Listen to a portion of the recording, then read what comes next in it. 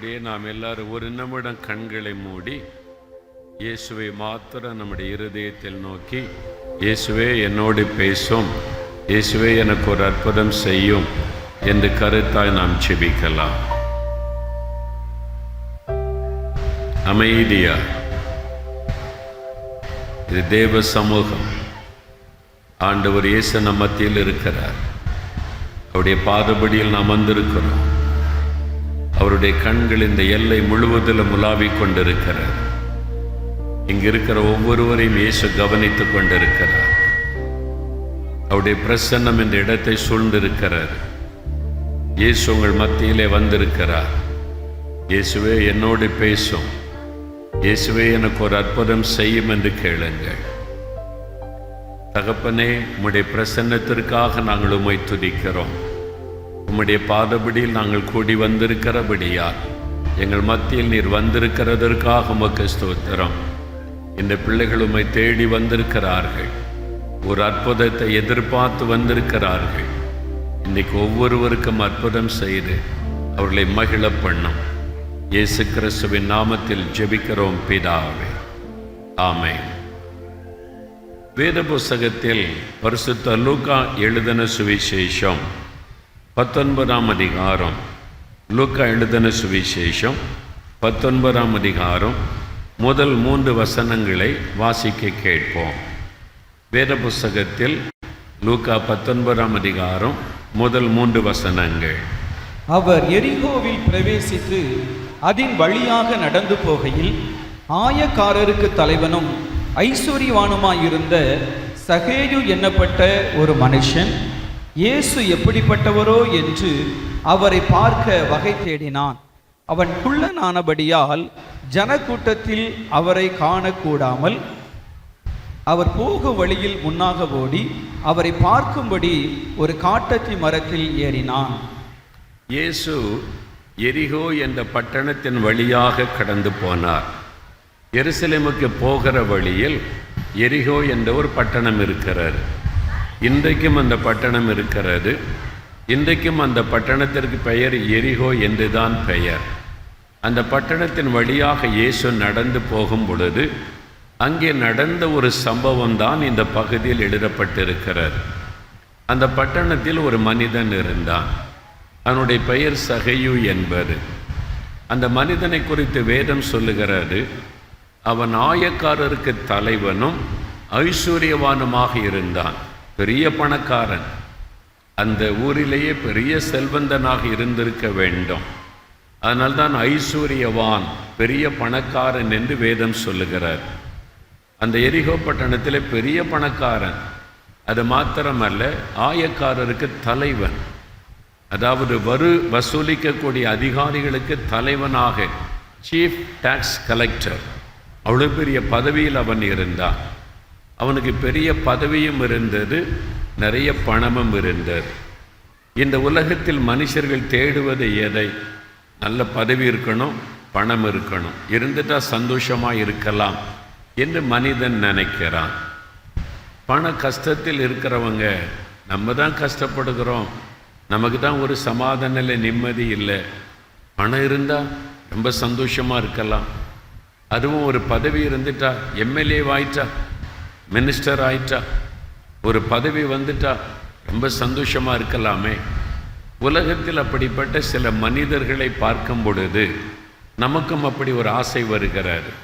பணமும் பதவியும் இருந்தால் சந்தோஷமாக இருக்கலாம் என்று மனிதன் நினைக்கிறான்.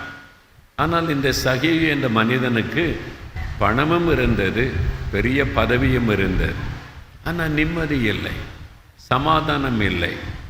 அந்த ஊர் மக்கள் அவனை பாவி என்று ஒதுக்கி வைத்திருந்தார்கள். இவன் பாவி, இவன் அநியாயமாய் பணம் சம்பாதிக்கிறான், நம்முடைய பணத்தை எல்லாம் கொள்ளையடிக்கிறான் என்று சொல்லி அவனை இந்த ஊர் மக்களை பாவின்னு ஒதுக்கி வைத்திருந்தார்கள். அதனால் அவனுக்கு நிம்மதி இல்லை, சமாதானம் இல்லை.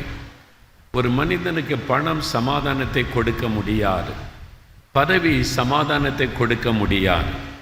ஆனால் மனிதர்கள் தப்பாக நினைக்கிறோம், பணமும் பதவி இருந்துட்டால் சமாதானமாக இருக்கலாம் என்று. இல்லை பிரியமானவர்களே, அநேக ஆண்டுகளுக்கு முன்பாக ஒரு சமயம் ஒரு பட்டணத்தில் இயேசு அழைக்கிறார், நற்செய்தி கூட்டம் நடைபெற்றது. சகோதரர் டிஜிஎஸ் தினகரன் அவர்கள் அதில் பிரசங்கம் பண்ணினார்கள். நானும் அந்த கூட்டத்திற்கு சென்றிருந்தேன். மேடையில் பிரதருக்கு பக்கத்தில் என்னை உட்கார வைத்து விட்டார்கள். திரளான கூட்டம் ஆண்டவருடைய வசனத்தை கேட்டு ஆசீர்வாதத்தை பெற்றுக்கொள்ள வந்திருந்தார்கள். அந்த கூட்டத்திற்கு அந்த நாட்களில் இருந்த அரசாங்கத்தில் இருந்த ஒரு மந்திரி, ஒரு மினிஸ்டர், தமிழ்நாட்டினுடைய ஒரு மந்திரி அவர்கள் வந்திருந்தார்கள். அவர் கிறிஸ்தவர் அல்லாதவர். பொதுவாக இப்படி மந்திரிமார்கள் பிரதர் மீட்டிங்கு வருவாங்க.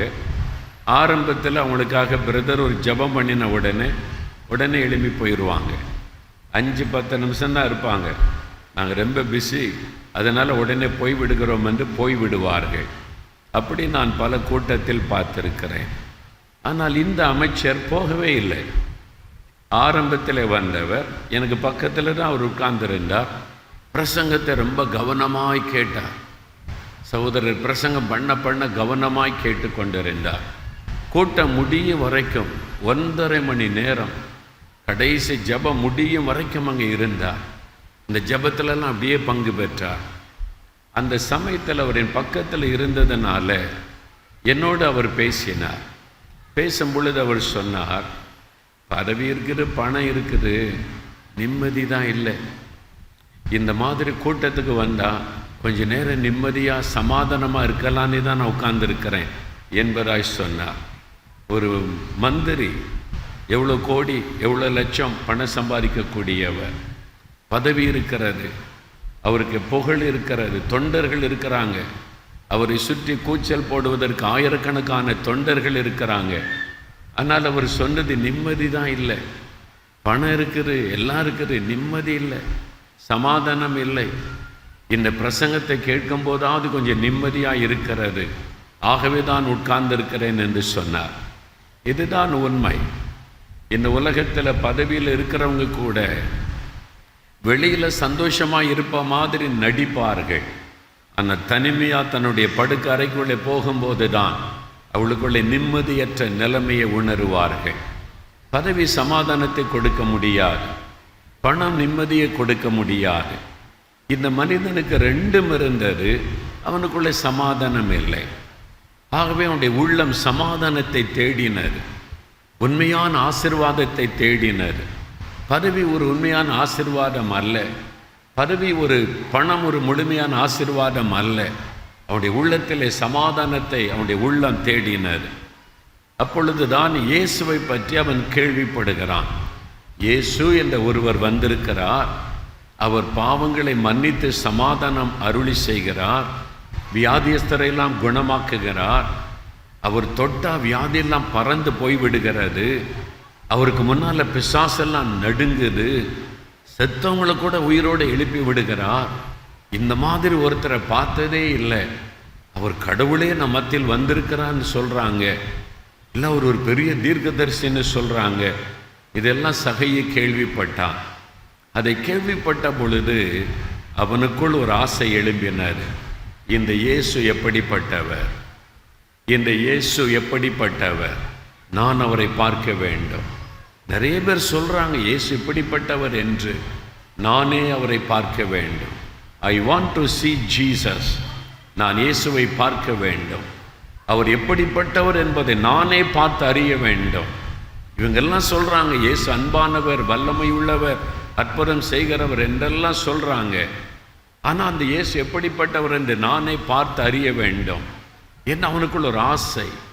அந்த சமயத்தில் தான் ஒரு செய்தி வருகிறது, நம்ம ஊர் வழியாக இயேசு கடந்து போகிறார், இந்த வழியாகத்தான் எருசலேமுக்கு போகிறார் என்ற செய்தி கேட்டவுடன் அவனுக்குள்ள ஒரு பெரிய ஆசையோடு வந்தான்.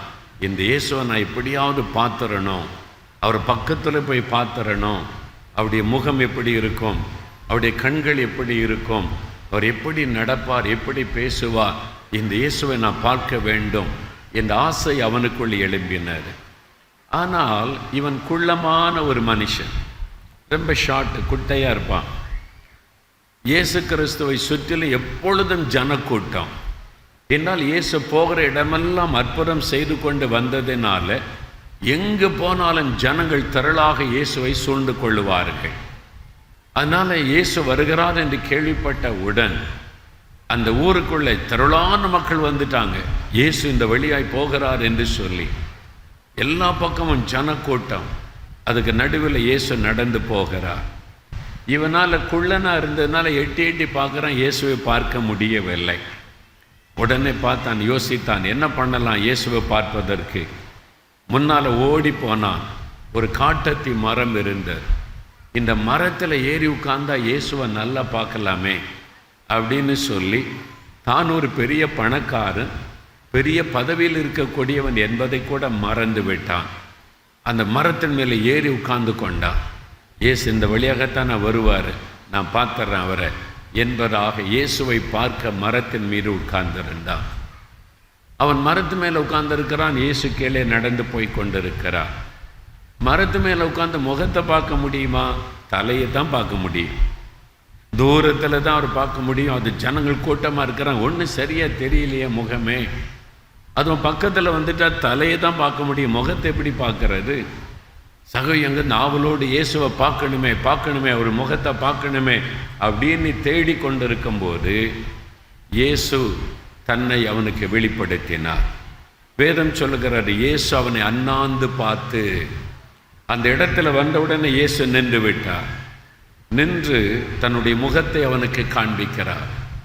சகைவே இறங்கி வா, இன்றைக்கு உன் வீட்டில் நான் தங்க வேண்டும் என்று இயேசு சொல்லுகிறார். அவனுக்கு ஆச்சரியம். இயேசுவை பார்த்தால் போதும்னு நான் உட்கார்ந்துருக்கிறேன், என் வீட்டுக்கே அவர் வர்றாரா? என் வீட்டுக்கு இயேசு வருகிறாரா? ஐயோ, இந்த பாவியனுடைய வீட்டுக்கு இயேசு வருகிறாரா? அவனுக்கு ஆச்சரியம் தாங்க முடியவில்லை. உடனே அவன் இறங்கி இயேசுவை தன் வீட்டிற்கு அழைத்து கொண்டு போனான். போகும்போது ஜனங்க சொல்கிறாங்க, போயும் இயேசு இவன் வீட்டுக்கா போனோம்? இவன் என்ன நீதிமானா? இவன் என்ன பெரிய பரிசுத்தவானா? பாவியிலும் பிரதான பாவி இவன். ஊரையே கொள்ளையடிக்கிறவன். நம்மகிட்ட வரி பணத்தை வாங்கி ஏமாற்றி அரசாங்கத்துக்கு கொடுக்கிறேன்னு சொல்லி பணத்தை எல்லாம் சுருட்டி கொண்டவன். நம்ம பணத்தை வாங்கி பணக்காரன் ஆயிட்டான். இவன் வீட்டுக்கு நாங்களே போக மாட்டோம், ஏசு அந்த வீட்டுக்கு போகிறாரு. ஜனங்கள்லாம் பேசுகிறாங்க, இவனுக்கு என்ன தகுதி இருக்குது இயேசுவை அவன் வீட்டுக்கு போவதற்கு?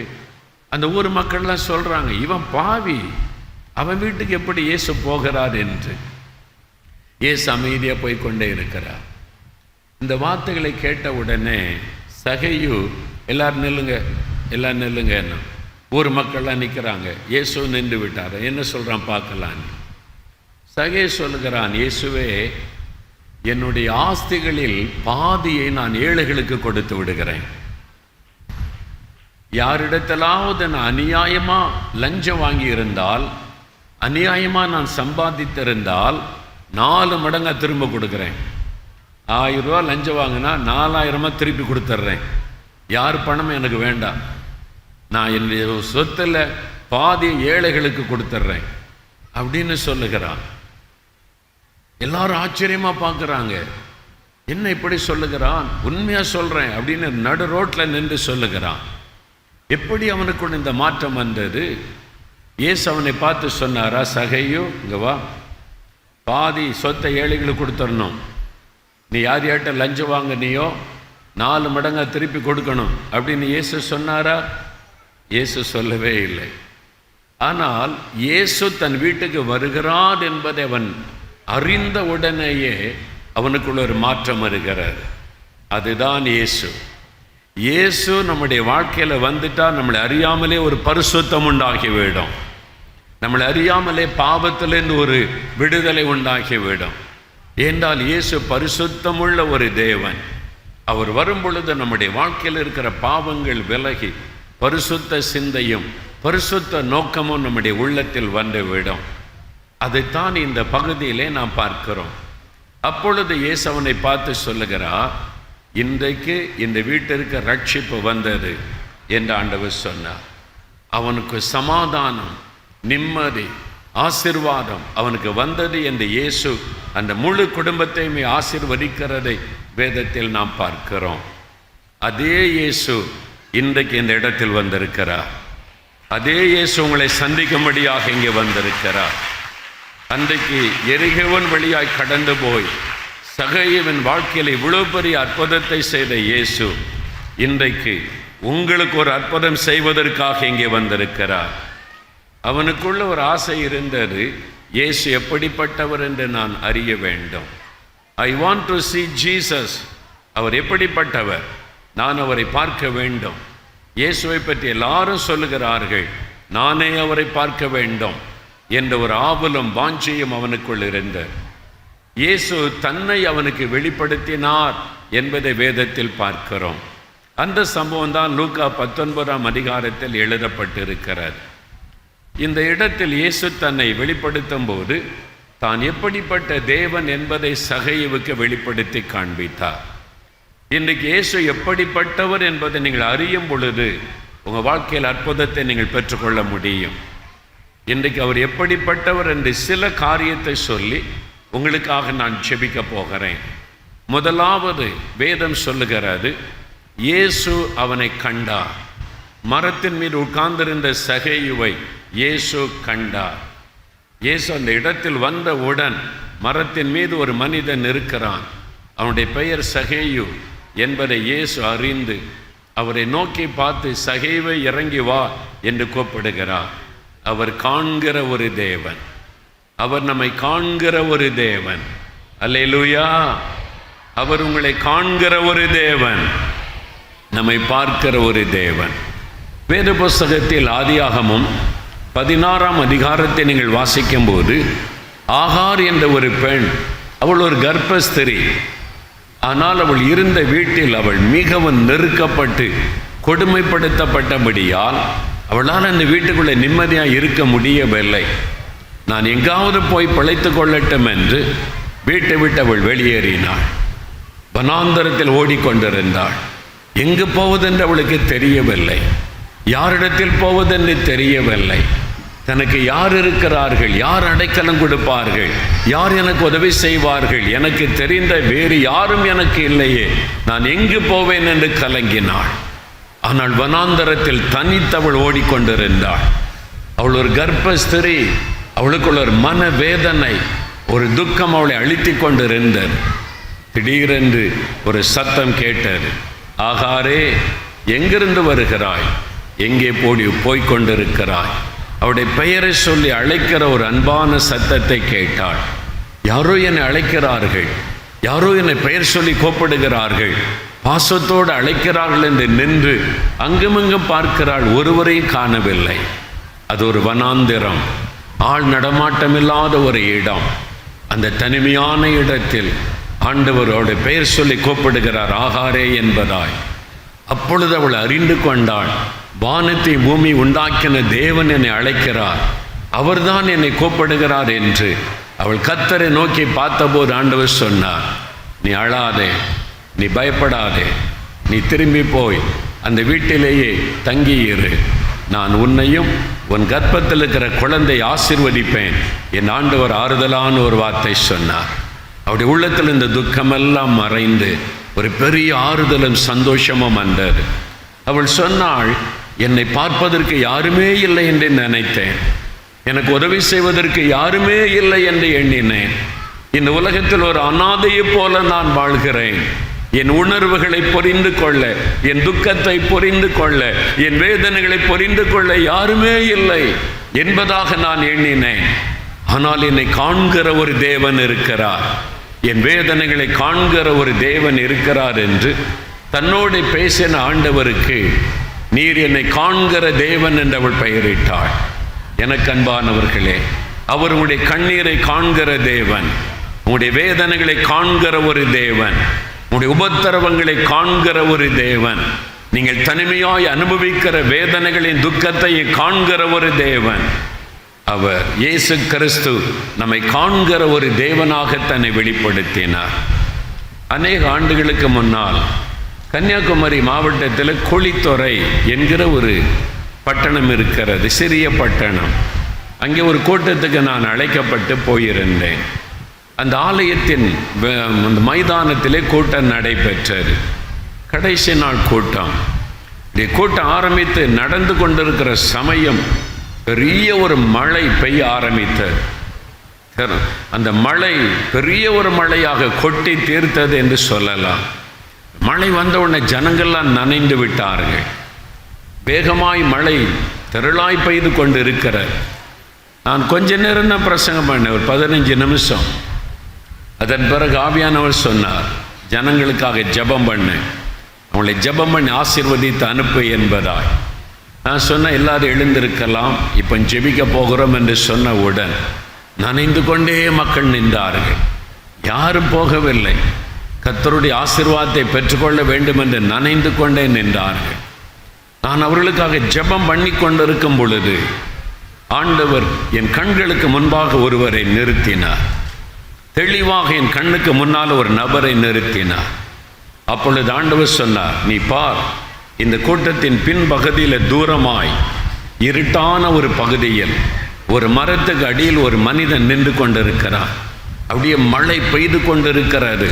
அந்த மனிதன் அந்த மரத்துக்கு அடியில் நெருக்கமாய் நின்று கொண்டிருக்கிறான். கண்களை மூடி ஜெபம் பண்ணுகிறான். அது யார் என்று தெரியாது, இங்கிருந்து பார்ப்பதற்கு தெரியாது. ஆண்டவரின் ஆவிக்குரிய கண்களை திறந்த போது அதை பார்க்க முடிந்தது. ஆண்டவர் சொன்னார், பார், இந்த ஒரு மனிதன் என்னை நோக்கி ஜெபம் பண்ணி கொண்டு இருக்கிறான். அவன் ஒரு கொடிய நோயினால் பாதிக்கப்பட்டவன். அவனுடைய நோய் தொழுநோய், குஷ்டரோகம் என்ற நோயினால் பாதிக்கப்பட்டவன். கூட்டத்திற்குள்ளே வருவதற்கு வெட்கப்பட்டு அவன் யாருமில்லாத இடத்தில் தூரமாய் நின்று இப்பொழுது ஜெபித்து கொண்டு இருக்கிறான். அவனுடைய ஜெபத்தை நான் கேட்டேன். நான் அவனை தொட்டு சுகமாக்குகிறேன், நீ அதை சொல் என்று ஆண்டவர் எனக்கு கட்டளையிட்டார். ஆகவே நான் சொன்னேன், தூரமாய் ஒரு மரத்தடியில் நிற்கிற சகோதரன், நீங்கள் தொழுநோயினால் பாதிக்கப்பட்டு மக்கள் மத்தியிலே வருவதற்கு வெட்கப்பட்டு நீங்கள் தூரமாக இருட்டிலே நின்று கொண்டு இருக்கிறீர்கள். இயேசு உங்களுடைய ஜெபத்தை கேட்டார், உங்களை தொட்டு குணமாக்குகிறார் என்று சொல்லி ஜெபித்து முடித்தேன். கூட்டமெல்லாம் முடிந்தது, கடந்து வந்து விட்டோம். சில வருடங்கள் கழிந்து விட்டது. ஒரு நாள் ஒரு நண்பர் என்னை பார்க்க வந்தார். அவர் கொஞ்சம் காணிக்கைகளை எடுத்துக்கொண்டு என்னை பார்க்க வந்திருந்தார். அவரோடு நான் பேசும் பொழுது சாதாரண ஒரு மனிதர், ஏழ்மையான ஒரு மனிதனாக தெரிந்தார். நான் அவரிடத்தில் கேட்டேன், என்ன வேலை செய்கிறீர்கள் என்று. நான் கொத்தனாராக வேலை செய்கிறேன், கட்டிட வேலைகளுக்கெல்லாம் போவேன் என்பதாக. அப்பொழுது இவ்வளோ பணம் காணிக்கையை கொண்டு வந்திருக்கிறீங்க, நீங்கள் இந்த இவ்வளோ பணத்தை எப்படி சேகரித்தீர்கள்? அவர் சொன்னார், என் மகன் ஸ்கூலில் படித்து கொண்டிருக்கிறான், அடுத்த வருஷம் அவன் காலேஜில் சேர வேண்டும், என் மகனை எப்படியாவது படிக்க வைக்க வேண்டும் என்று நான் கொஞ்சம் கொஞ்சமாக பணத்தை சேகரித்து வைத்திருந்தேன். ஆலயமில்லாத கிராமத்தில் ஜனங்கள் மரத்தடியிலே கர்த்தரை ஆராதிக்கிறார்கள் என்பதை நான் கேள்விப்பட்டேன். அதனால் அவங்களுக்கு ஒரு ஆலயம் கட்டுவதற்கு நான் பணம் கொடுக்க வேண்டும் என்று எனக்குள்ளே ஒரு ஆசை வந்தது. ஆகவே நான் சேர்த்து வைத்திருந்த பணத்தை எல்லாம் கொண்டு வந்திருக்கிறேன். இது கொஞ்சம் இப்போ வந்திருக்கிறேன், வைத்துக்கொள்ளுங்கள், மீதி பணமும் நான் கொண்டு வருகிறேன். ஒரு ஆலயமில்லாத ஏழை கிராமத்தில் இருக்கிற மக்களுக்கு இதை வைத்து ஆலயம் கட்டி கொடுங்கள் என்று சொன்னார். நான் அவரை ஆச்சரியத்தோடு பார்த்தேன். ஒரு ஏழை மனிதர், கூலி வேலை செய்யக்கூடியவர், பல வருஷமாய் தன் மகனுடைய படிப்புக்காக சேர்த்து வைத்த பணத்தை கொண்டு வந்திருக்கிறாரே என்று எனக்கு வாங்க விருப்பம் இல்லை. ஐயா, உங்களுடைய பிள்ளையினுடைய படிப்புக்கு உள்ள பணம் உங்கள் மகனை படிக்க வையுங்கள், அவன் வேலை செய்து சம்பாதிக்கும் போது கொடுக்கலாம் என்று. இல்லை இல்லை, நான் இது ஆண்டவருக்கென்று கொடுக்க தீர்மானித்து விட்டேன், நீங்கள் வாங்கிக் கொள்ளுங்க, என் மகனை கர்த்தர் படிக்க வைப்பார் என்றார். இவ்வளோ விசுவாசமாய் சொல்லுகிறாரே. நான் கேட்டேன், ஆண்டவர் இயேசுவின் மேல் உங்களுக்கு இவ்வளவு அன்பு காரணம் என்ன என்று. அப்பொழுது அவர் சொன்னார், ஐயா, சில வருஷத்துக்கு முன்னால் குளித்துறைக்கு நீங்கள் கூட்டம் நடத்த வந்தீங்கல்ல? ஆமாம், வந்தேன். கடைசி நாளில் மழை பெய்ததில்லை? ஆமாம், எனக்கு ஞாபகம் இருக்கிறது, நல்ல மழை பெய்தது. அப்போ நீங்கள் மேடையிலிருந்து ஒரு காரியம் சொன்னீர்கள், கூட்டத்திற்கு வெளியிலே மரத்தடியில் இருட்டில் ஒரு மனிதன் நின்று குஷ்டரோக வியாதியோடு இருந்து ஜெபிக்கிறீங்க, இயேசு உங்களுடைய ஜெபத்தை கேட்டு தொட்டு குணமாக்குகிறான்னு சொன்னீங்கல்ல. நான் திருப்பி பார்த்தேன், ஆமாம், எனக்கு ஞாபகம் இருக்குது, ஆண்டவர் ஒரு கண்ணீரோடு இயேசுவனிடத்தில் ஜெபம் பண்ணினேன். அதே நேரம்தான் உங்கள் மூலமாக இயேசு என்னை பற்றி சொன்னார். நீங்கள் சொன்ன அதே நிமிடம் இயேசுவின் கரம் என்னை தொட்டது. இன்னைக்கு என்னை பாருங்கள், குஷ்டரோக வியாதி வந்த அறிகுறியே எனக்கு இல்லை. நல்ல 100க்கு 100 நான் சுகமாயிருக்கிறேன். இது இயேசு எனக்கு செய்த அற்புதம். ஒரு குஷ்டரோகியாய் நான் மரித்து போயிருக்க வேண்டும். ஆனால் ஆண்டவர் எனக்கு அற்புத சுகம் கொடுத்தார். இன்றைக்கு என் சரீரத்தில் அந்த அறிகுறியே இல்லை. அவ்வளவு அற்புதமான சுகம் கொடுத்த இயேசுவுக்கு நான் இதை கொண்டு வந்திருக்கிறேன். அதனால் அவரை நேசிக்கிறேன் என்பதாய் சொன்னார். பாருங்கள், ஒரு மனிதன் தூரமாய் இருட்டில் ஒரு மரத்தடியில் ஒளிந்து நின்று ஜெபிக்கிறதை கூட இயேசுவின் கண்கள் கண்டது. இங்கு அமர்ந்திருக்கிற ஒவ்வொருவரையும் அவருடைய கண்கள் நோக்கி பார்க்கிறது. ஆண்டவர் சொல்லுகிறார், நான் உன்னை காண்கிற ஒரு தேவன், நான் உன்னை காண்கிற தேவன். உன்னுடைய வியாதி அவருக்கு தெரியும், உன்னுடைய பிரச்சனை அவருக்கு தெரியும், உன்னுடைய கவலைகள் அவருக்கு தெரியும், உன்னுடைய வேதனைகள் அவருக்கு தெரியும். நான் உன்னை காண்கிற தேவன் என்று ஆண்டவர் சொல்லுகிறார். இயேசு காண்கிற ஒரு ஆண்டவர். இரண்டாவது, இந்த அற்புதத்தை கவனியுங்கள். இயேசு சகைவை பார்க்கிறார். மரத்தின் மேல் இந்த மனுஷன் இருக்கிறான் என்று அறிந்து கொண்டார். ஆண்டவர் உன்னை பார்த்துவிட்டு அப்படியே போய்விடவில்லை. அப்படியே கை அசைத்து விட்டு ஆண்டவர் போய்விடவில்லை. சகைவை கீழே இறங்கி வா, நீ இறங்கி வா, உன் வீட்டில் நான் தங்க வேண்டும். ஆண்டவர் அவனை அழைக்கிறார். அன்போடு கூட, நீ இறங்கி வா சகையோ, நான் உன் கூட பேசணும், உன் வீட்டுக்கு நான் வர வேண்டும் என்று ஆண்டவர் அழைக்கிற தேவனாக தன்னை வெளிப்படுத்துகிறார். அவர் காண்கிற தேவன் மாத்திரம் அல்ல, அன்போடு நம்மை அழைக்கிற தேவன். நீங்கள் எல்லாரும் என்னிடத்தில் வாருங்கள், நான் உங்களுக்கு இளைப்பாறுதல் தருவேன். Come unto me, I will give you rest. என்னிடத்தில் வாருங்கள், நான் உங்களை சுகமாக்குவேன். என்னிடத்தில் வாருங்கள், நான் உங்களுக்கு விடுதலை தருவேன். என்னிடத்தில் வாருங்கள், நான் உங்களுக்கு நிம்மதியை தருவேன். என்னிடத்தில் வாருங்கள், நான் உங்களுடைய பாரத்தை மாற்றுவேன். என்னிடத்தில் வாருங்கள், உங்களுடைய கண்ணீரை நான் துடைப்பேன். அதற்குத்தான் இயேசு அழைக்கிறார். எதற்காக ஒரு மனிதனை இயேசு அழைக்கிறார்? அவனுடைய துக்கத்தை சந்தோஷமாய் மாற்றுவதற்காக, அவனுடைய வேதனைகளை ஆண்டவர் மகிழ்ச்சியாய் மாற்றுவதற்காக. உங்கள் துக்கம் சந்தோஷமாய் மாறும் என்று வாக்கு கொடுத்த இயேசு சொல்லுகிறார், என் மகனே, என் மகளே, இன்றைக்கு உன் பாரத்தை நான் மாற்றுவேன், இன்றைக்கு உன் கண்ணீரை நான் துடைப்பேன். நீ என்னிடத்தில் வரும் பொழுது நான் உனக்கு அற்புதம் செய்வேன் என்று ஆண்டவர் சொல்லுகிறார். ஆம் பிரியமானவர்களே, இயேசுவனிடத்தில் வரும் பொழுது அவர் அற்புதங்களை செய்து மகிழ பண்ணுகிறவர். அவர் அன்போடு கூட அழைக்கிற ஒரு ஆண்டவர். நாசரேத்திற்கு அருகில் ஒரு சமயம் ஊழியத்துக்காக ஒரு ஆலயத்துக்கு நான் போயிருந்தேன். அந்த சபையில் இந்த ஊழியக்காரர் ஒரு வீட்டிற்கு என்னை ஜெபிக்க அழைத்து கொண்டு போனார். அந்த வீட்டில் ஒரு சகோதரியும் அவருடைய சின்ன குழந்தையும் இருந்தார்கள். ஒரு 5-6 வயசு இருக்கும், அழகான ஒரு பெண் குழந்தை. என்னை அழைத்து கொண்டு போன போது அந்த சகோதரி ரொம்ப அன்பாய் வரவேற்றார்கள். அப்போ சொன்னார்கள், கணவர் வேலைக்கு போயிருக்கிறார், முன்கூட்டியே தெரிந்திருந்தால் நான் இருக்க வைத்திருப்பேன் என்று. அப்போ அவர்கள் சொன்னார்கள், நான் இயேசுவை அறியாத குடும்பத்தை சார்ந்தவள், இயேசுவுக்கும் எங்கள் குடும்பத்துக்கு ஒரு சம்பந்தமும் இல்லை. ஆனால் இயேசு எங்களுடைய வாழ்க்கையில் ஒரு அற்புதம் செய்தார். அதனால தான் இந்த இயேசுவை பற்றி எனக்கு தெரிய வந்தது. என்ன நடந்தது என்று கேட்டேன். இந்த குழந்தை பாருங்கள் என்று சொன்னார்கள். ஒரு 5-6 வயசு இருக்கும், அழகான ஒரு பெண் குழந்தை. ஆமாம், இது உங்கள் குழந்தை? ஆமாம், என்னுடைய குழந்தை. என்ன நடந்தது என்று கேட்டேன். இந்த குழந்தை பிறந்து கை குழந்தை இருந்தபோது ஒரு கொடிய வியாதி என் குழந்தையை தாக்கினது. பல நாட்கள் ஆஸ்பத்திரியில் வைத்து என் குழந்தைக்கு வைத்தியம் செய்தோம். ஆனாலும் என் குழந்தைக்கு சுகம் உண்டாகவில்லை. எவ்வளவோ மருந்து மாத்திரை டாக்டர்ஸ் பிரயாசப்பட்டார்கள். கடைசியில் சொல்லிட்டாங்க, உங்களுடைய குழந்தையை காப்பாற்ற முடியாது, எங்களால் முடிந்த எல்லா சிகிச்சையும் நாங்கள் கொடுத்து விட்டோம், இதுக்கு மேலே ஒன்றும் பண்ண முடியாது, உங்களுடைய குழந்தை சில நாட்கள் தான் உயிரோடு இருக்கும், வீட்டுக்கு கொண்டு போங்கள் என்று சொல்லிவிட்டார்கள். சில மருந்துகளை கொடுத்து இதை மாத்திரம் கொடுங்க அப்படின்னு அனுப்பி வைத்து விட்டார்கள். வீட்டில் வந்தால் இந்த குழந்தை உயிருக்கு ஊசலாடி கொண்டு இருக்கிறார். மடியில் வைத்து அழுது கொண்டே இருப்பார்களாம். ஒரு நாள் அந்த குழந்தைக்கு திடீரென்று மூச்சு இழுக்க ஆரம்பித்தார். அதாவது கடைசியாக உயிர் போகும் பொழுது உயிர் இழுக்கும் பாருங்க, அதே மாதிரி இழுக்க ஆரம்பித்தார். தெரிஞ்சிட்ட குழந்தை சாக போகிறது என்று. அந்த சகோதரி மடியிலே குழந்தை வைத்து கொண்டு அழுதார்களாம். என் குழந்தையை காப்பாற்ற யாருமே இல்லையா, என் குழந்தையை காப்பாற்ற ஒரு கடவுள் இல்லையா என்று கண்ணீர் விட்டு அவள் அழுதார்கள். அந்த குழந்தை உயிருக்கு ஊசலாடுகிற நிலைமையில் அப்பொழுது ஒரு சத்தம் அவருடைய காதில் கேட்டது. அவருடைய கண்களுக்கு முன்பாக ஒரு காட்சி காணப்பட்டது.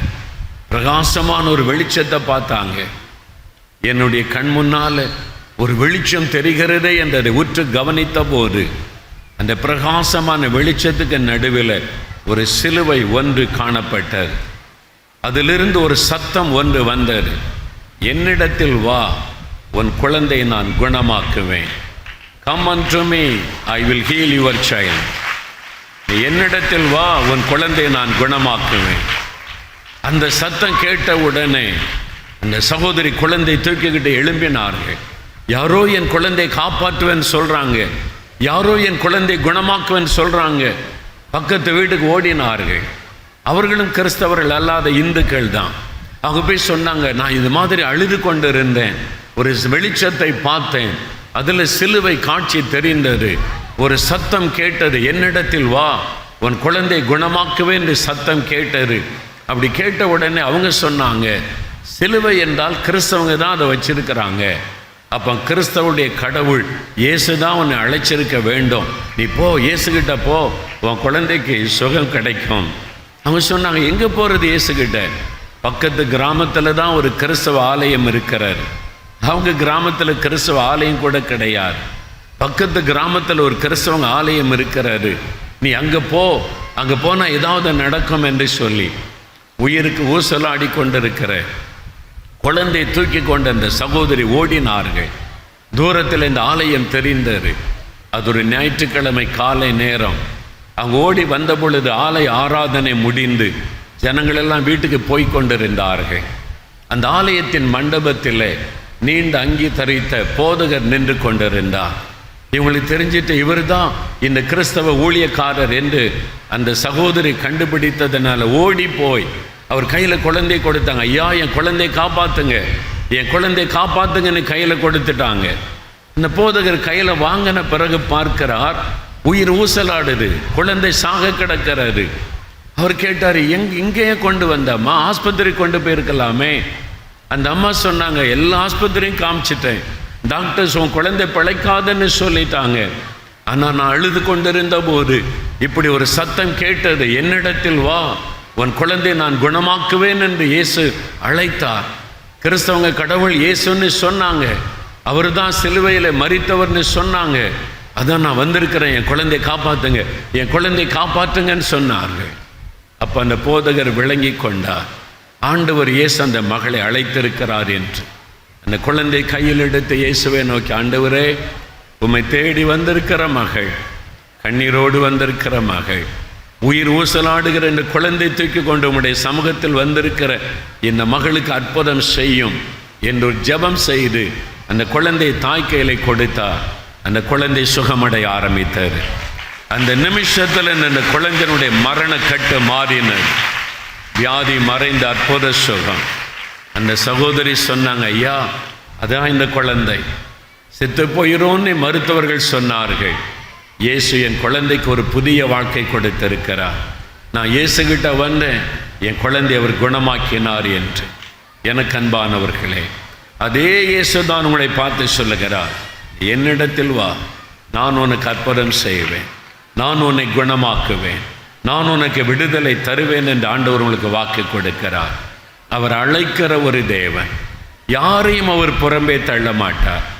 அவர் மதங்களுக்கெல்லாம் அப்பாற்பட்டவர். இவங்க என்ன மதம் என்று இயேசு பார்க்க மாட்டார், இவங்க என்ன இனம் என்று ஆண்டவர் பார்க்க மாட்டார். அவர் முழு உலகத்திற்கும் உரிய ஆண்டவர். ஆகவே யார் இயேசுவனிடத்தில் வந்தாலும் அவர்களுக்கு அவர் அற்புதம் செய்வார்.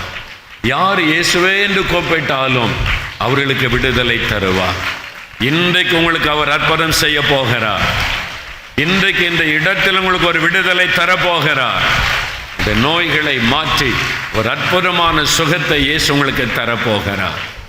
கடைசியாக இந்த இயேசு எப்படிப்பட்டவர்? முதலாவது அவர் நம்மை காண்கிற தேவன், ரெண்டாவது நம்மை அழைக்கிற ஒரு தேவன். மூன்றாவது இயேசு சொல்லுகிறார், இன்றைக்கு இந்த வீட்டுக்கு ரட்சிப்பு வந்தது. ரட்சிப்பை அருளுகிற ஒரு தேவன். ரட்சிப்பு என்று சொன்னால் பாவத்திலிருந்து விடுதலை, பாவ மன்னிப்பு, பாவ பாரத்திலிருந்து விடுதலை, பாவம் மன்னிக்கப்பட்ட சமாதானம், சந்தோஷத்தை பெற்றுக்கொள்ளுவது. அது மாத்திரமல்ல, ரட்சிப்பு என்கிற வார்த்தைக்கு ஒரு அர்த்தம் பெர்ஃபெக்ட் பிளஸ்ஸிங், ஒரு பூரணமான ஆசீர்வாதம். ஒரு மனிதனுக்கு பாவ மன்னிப்பும் அவசியம், சரீர சுகமும் அவசியம், குடும்பத்தில் ஆசீர்வாதமும் அவசியம். ஒரு மனிதனுக்கு தேவையான அத்தனை காரியங்களையும் இயேசு அருளி செய்து ஆசீர்வதிக்கிறவர். அதுதான் ரட்சிப்பு என்பர். இன்றைக்கு உங்களுக்கு வியாதி ஒரு பிரச்சனையாக இருக்கலாம், கடன் பாரம் ஒரு பிரச்சனையாக இருக்கலாம், வேலை இல்லை என்கிற ஒரு பிரச்சனை உங்களை வாட்டி கொண்டிருக்கலாம், கற்பத்தின் கனி இல்லை என்கிற ஒரு குறைவு உங்களுடைய வாழ்க்கையை வேதனைப்படுத்தி கொண்டிருக்கலாம். எல்லாரும் என்னை பரியாசம் பண்ணுகிறார்கள், எல்லாம் தடைப்பட்டு போகிறது என்ற கலக்கம் இருக்கலாம். சகலவிதமான நன்மைகளையும் ஆண்டவர் அருளி செய்வதுதான் ரட்சிப்பு என்பது. உங்களுடைய துக்கத்தை சந்தோஷமாய் மாற்றும்படி அவர் இந்த அற்புதங்களை செய்கிறவர். நீங்கள் எவ்வளோ பெரிய பாவத்தில் இருந்தாலும், எத்தனை வருட பாவ பழக்கத்தில் இருந்தாலும், உங்களை ரட்சித்து அந்த பாவத்தில் இந்த விடுதலை கொடுக்க இயேசு வல்லமை உள்ளவர். இந்த நாளில் அவர் உங்களுக்கு பாவ மன்னிப்பை அருளி பாவத்தில் இந்த விடுதலை கொடுத்து உங்களை ஆசீர்வதிக்க விரும்புகிறார். ஆம் பிரியமானவர்களே, இயேசு கிறிஸ்துவால் முடியாத காரியம் ஒன்றும் இல்லை. எங்கள் கிராமத்தில் ஒரு சகோதரர் இருந்தார். நான் ஊழியம் ஆரம்பித்த ஆரம்ப காலத்தில் நான் அவரை பார்த்துருக்கிறேன். எப்படின்னா, குடிச்சிட்டு அப்படியே கையில் ஏதாவது ஒரு ஆயுதத்தை வைத்து கொண்டு தள்ளாடி கொண்டே வருவார். கையில் ஒரு அருவா எப்பவும் வச்சிருப்பார், அதை இடுப்பில் தொங்க விட்டு கொள்ளுவார். குடிச்சிட்டு அவர் வந்தால் எல்லாருமே கதவை மூடி கொள்ளுவாங்க. அவருடைய மனைவி பக்கத்து வீட்டில் போய் ஒளிந்து கொள்ளுவார்கள், அவருடைய தாயார் அடுத்த வீட்டில் போய் ஒளிந்து கொள்ளுவார்கள். குடிச்சிட்டு வந்தால் எல்லாருக்கும் அடி மிதி தான். அந்த மதுபானம், அந்த குடியினால் அவருடைய வாழ்க்கையை கெடுத்து குடும்பத்தை பாதிக்க வைத்து நிம்மதியெல்லாம் போய்விட்டார். அவருடைய மனைவி எப்பொழுதும் சோகமாய் ஒரு வேதனை நிறைந்த துக்க முகத்தோடு தான் இருப்பார்கள். நாங்கள் ஜெபிக்கிறத அறிந்து எங்கள் வீட்டுக்கு வந்து ஜெபம் பண்ணுங்க, என் கணவர் இந்த பாவத்தில் இந்த விடுதலை பெறணும், ஜெபம் பண்ணுங்கன்னு சொல்லுவாங்க. நாங்கள் எப்பாவது ஜெபம் பண்ண 4-5 பேர் குழுவாக அப்படி வீட்டுக்குள்ளே போனால் அவர் பின்வாசல் வழியாக ஓடியே போயிடுவார். எங்களை பார்க்கவே மாட்டார். இவங்க பார்த்தா ஜெபம் பண்ணுவாங்க, ஏசும்பாங்க, ரட்சிப்பும்பாங்கன்னு ஓடியே போயிடுவார். அதனால் எங்களை சந்திக்கவே மாட்டார். ஒரு சமயம் திடீர்னு ஒரு வீட்டுக்குள்ளே போனோமா, அகப்பட்டு கொண்டார், ஓட முடியலை. அதனால் தூரத்தில் நின்று கொண்டார். தூணுக்கு மறைவில் இருட்டில் போய் அப்படியே நின்று கொண்டார். முகம் கொடுத்து பேசக்கூட இல்லை. அவருக்கு வெட்கம். பல வருஷமாய் குடிப்பழக்கம், பல வருஷமாய் சின்ன வயதிலிருந்தே மதுபான பழக்கத்துக்கு அடிமையாகி நான் கிட்டத்தட்ட 30-35 வருஷமாக மதுபானத்துக்கு அடிமைப்பட்டவர். குடிக்காமல் ஒரு நாள் கூட இருக்க முடியாதான். அவர் சொல்லுவார், ராத்திரி படுக்கும்போது தன்னுடைய படுக்கை பக்கத்தில் ஒரு பாட்டில் சாராயம் இருக்கணும். காலையில் எழும்பின உடனே அதை எடுத்து மடமடன்னு குடிப்பார். குடிக்காட்டா அவருடைய கையெல்லாம் அப்படி ஆடு ஷிவரிங் ஆகும். நரம்பு மண்டலமெல்லாம் பாதிக்கப்பட்டு அந்த போதையில் இருந்தால் தான் அவருடைய உடம்பிலே செயல்படும். அவருடைய சரீரமெல்லாம் பாதிக்கப்பட்டு நரம்பெல்லாம் பாதிக்கப்பட்டு விட்டார். அதனால் இனி என்னால் குடியை விட முடியாது, அவ்வளவுதான் இனி என் வாழ்க்கை, அப்படி தான் அவர் நினைத்தார். அந்த பாவத்தினால குடும்பமே கலங்கி நிற்கிறது. சின்ன சின்ன பிள்ளைகள் கண்ணீரோடு நிற்கிறார்கள். நாங்கள் போன போது அகப்பட்டு கொண்டார். ஓரமாக ஒரு தூணுக்கு மறைவில் நின்று ஒளிந்து நின்று கொண்டார். முகம் கொடுத்து கூட பேசவில்லை. அவர் வெட்கப்படுகிறார் என்பதை தெரிந்தது. சரி ஜெபம் பண்ணுவோம் என்று சொன்னேன். தூரமாக முழங்கால் போட்டார், பக்கத்தில் கூட வரல. அவருடைய மனைவி பிள்ளைகள் எல்லாம் முழங்கால் படியிட்டார்கள். ஆண்டவரே, இவருக்கு நான் என்ன சொல்லணும்? நீ ஒன்றும் சொல்ல வேண்டாம், நீ ஆலோசனை சொல்லிலாம் இவங்களை மாற்ற முடியாது, குடிக்காத அப்படின்னு கேட்டால் குடியை விட்டுறா போகிறாங்க, விட மாட்டான். அவன் அதுக்கு அடிமையாக இருக்கிறான். அவனுக்கு தேவை ஒரு விடுதலை. அதனால் ஒரு வசனத்தை வாசித்து ஜெபம் பண்ணுன்னு சொன்னார். வேதத்தில் ஒரு வசனம் இருக்கிறது, தன் பாவத்தை மறைக்கிறவன் வாழ்வடைய மாட்டான், அறிக்கை செய்து விட்டு விடுகிறவன் இரக்கம் பெறுவான். ஒரே ஒரு வசனம், அந்த ஒரு வசனத்தை சத்தமாக நான் வாசித்தேன். வாசித்துட்டு ஜெபம் பண்ணுவோம் என்று சொன்னேன்.